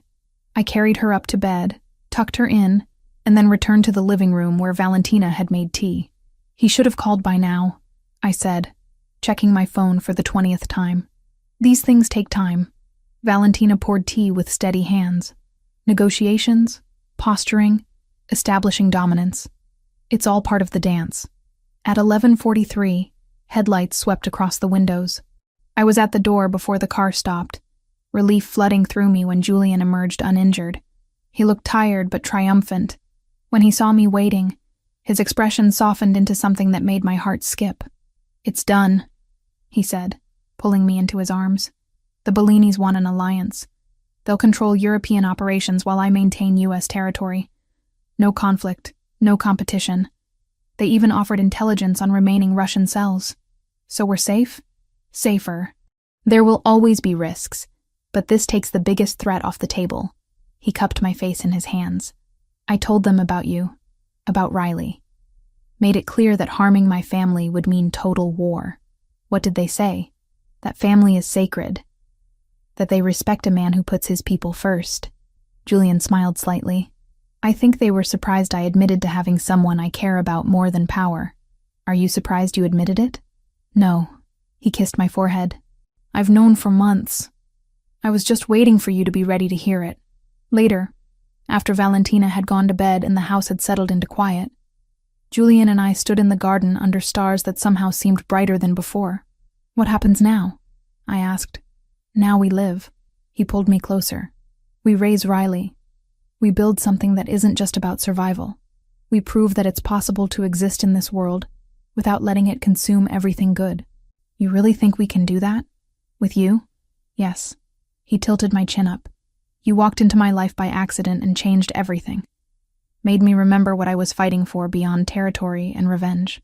And what's that? This. You, Riley, Valentina, Anthony. Family. The kind worth dying for, and more importantly, the kind worth living for. I kissed him under the stars, tasting promise and hope, and the beginning of something I'd thought impossible. We weren't safe. We'd never be completely safe. But we were together. We were choosing this. And that was its own kind of victory. When we finally went inside, I checked on Riley one more time. She slept peacefully, blonde curls spread across her pillow, secure in the knowledge that she was protected and loved. Julian appeared in the doorway behind me, watching with an expression that held everything he'd been too careful to show before. She's ours, I said quietly. However this started, whatever brought us together, she's yours now as much as mine. I know. His voice was rough with emotion. From the moment I saw her shivering in that cafe, I knew I'd protect her. I just didn't realize I'd end up loving both of you. We stood there together, watching Riley sleep, and I understood that this was what mattered. Not the danger, not the violence, not the complicated politics of Julian's world. This moment, this family we'd built from chance and necessity and choice. It wasn't the ending I'd expected when I walked into that cafe 3 months ago, desperate and alone. It was better.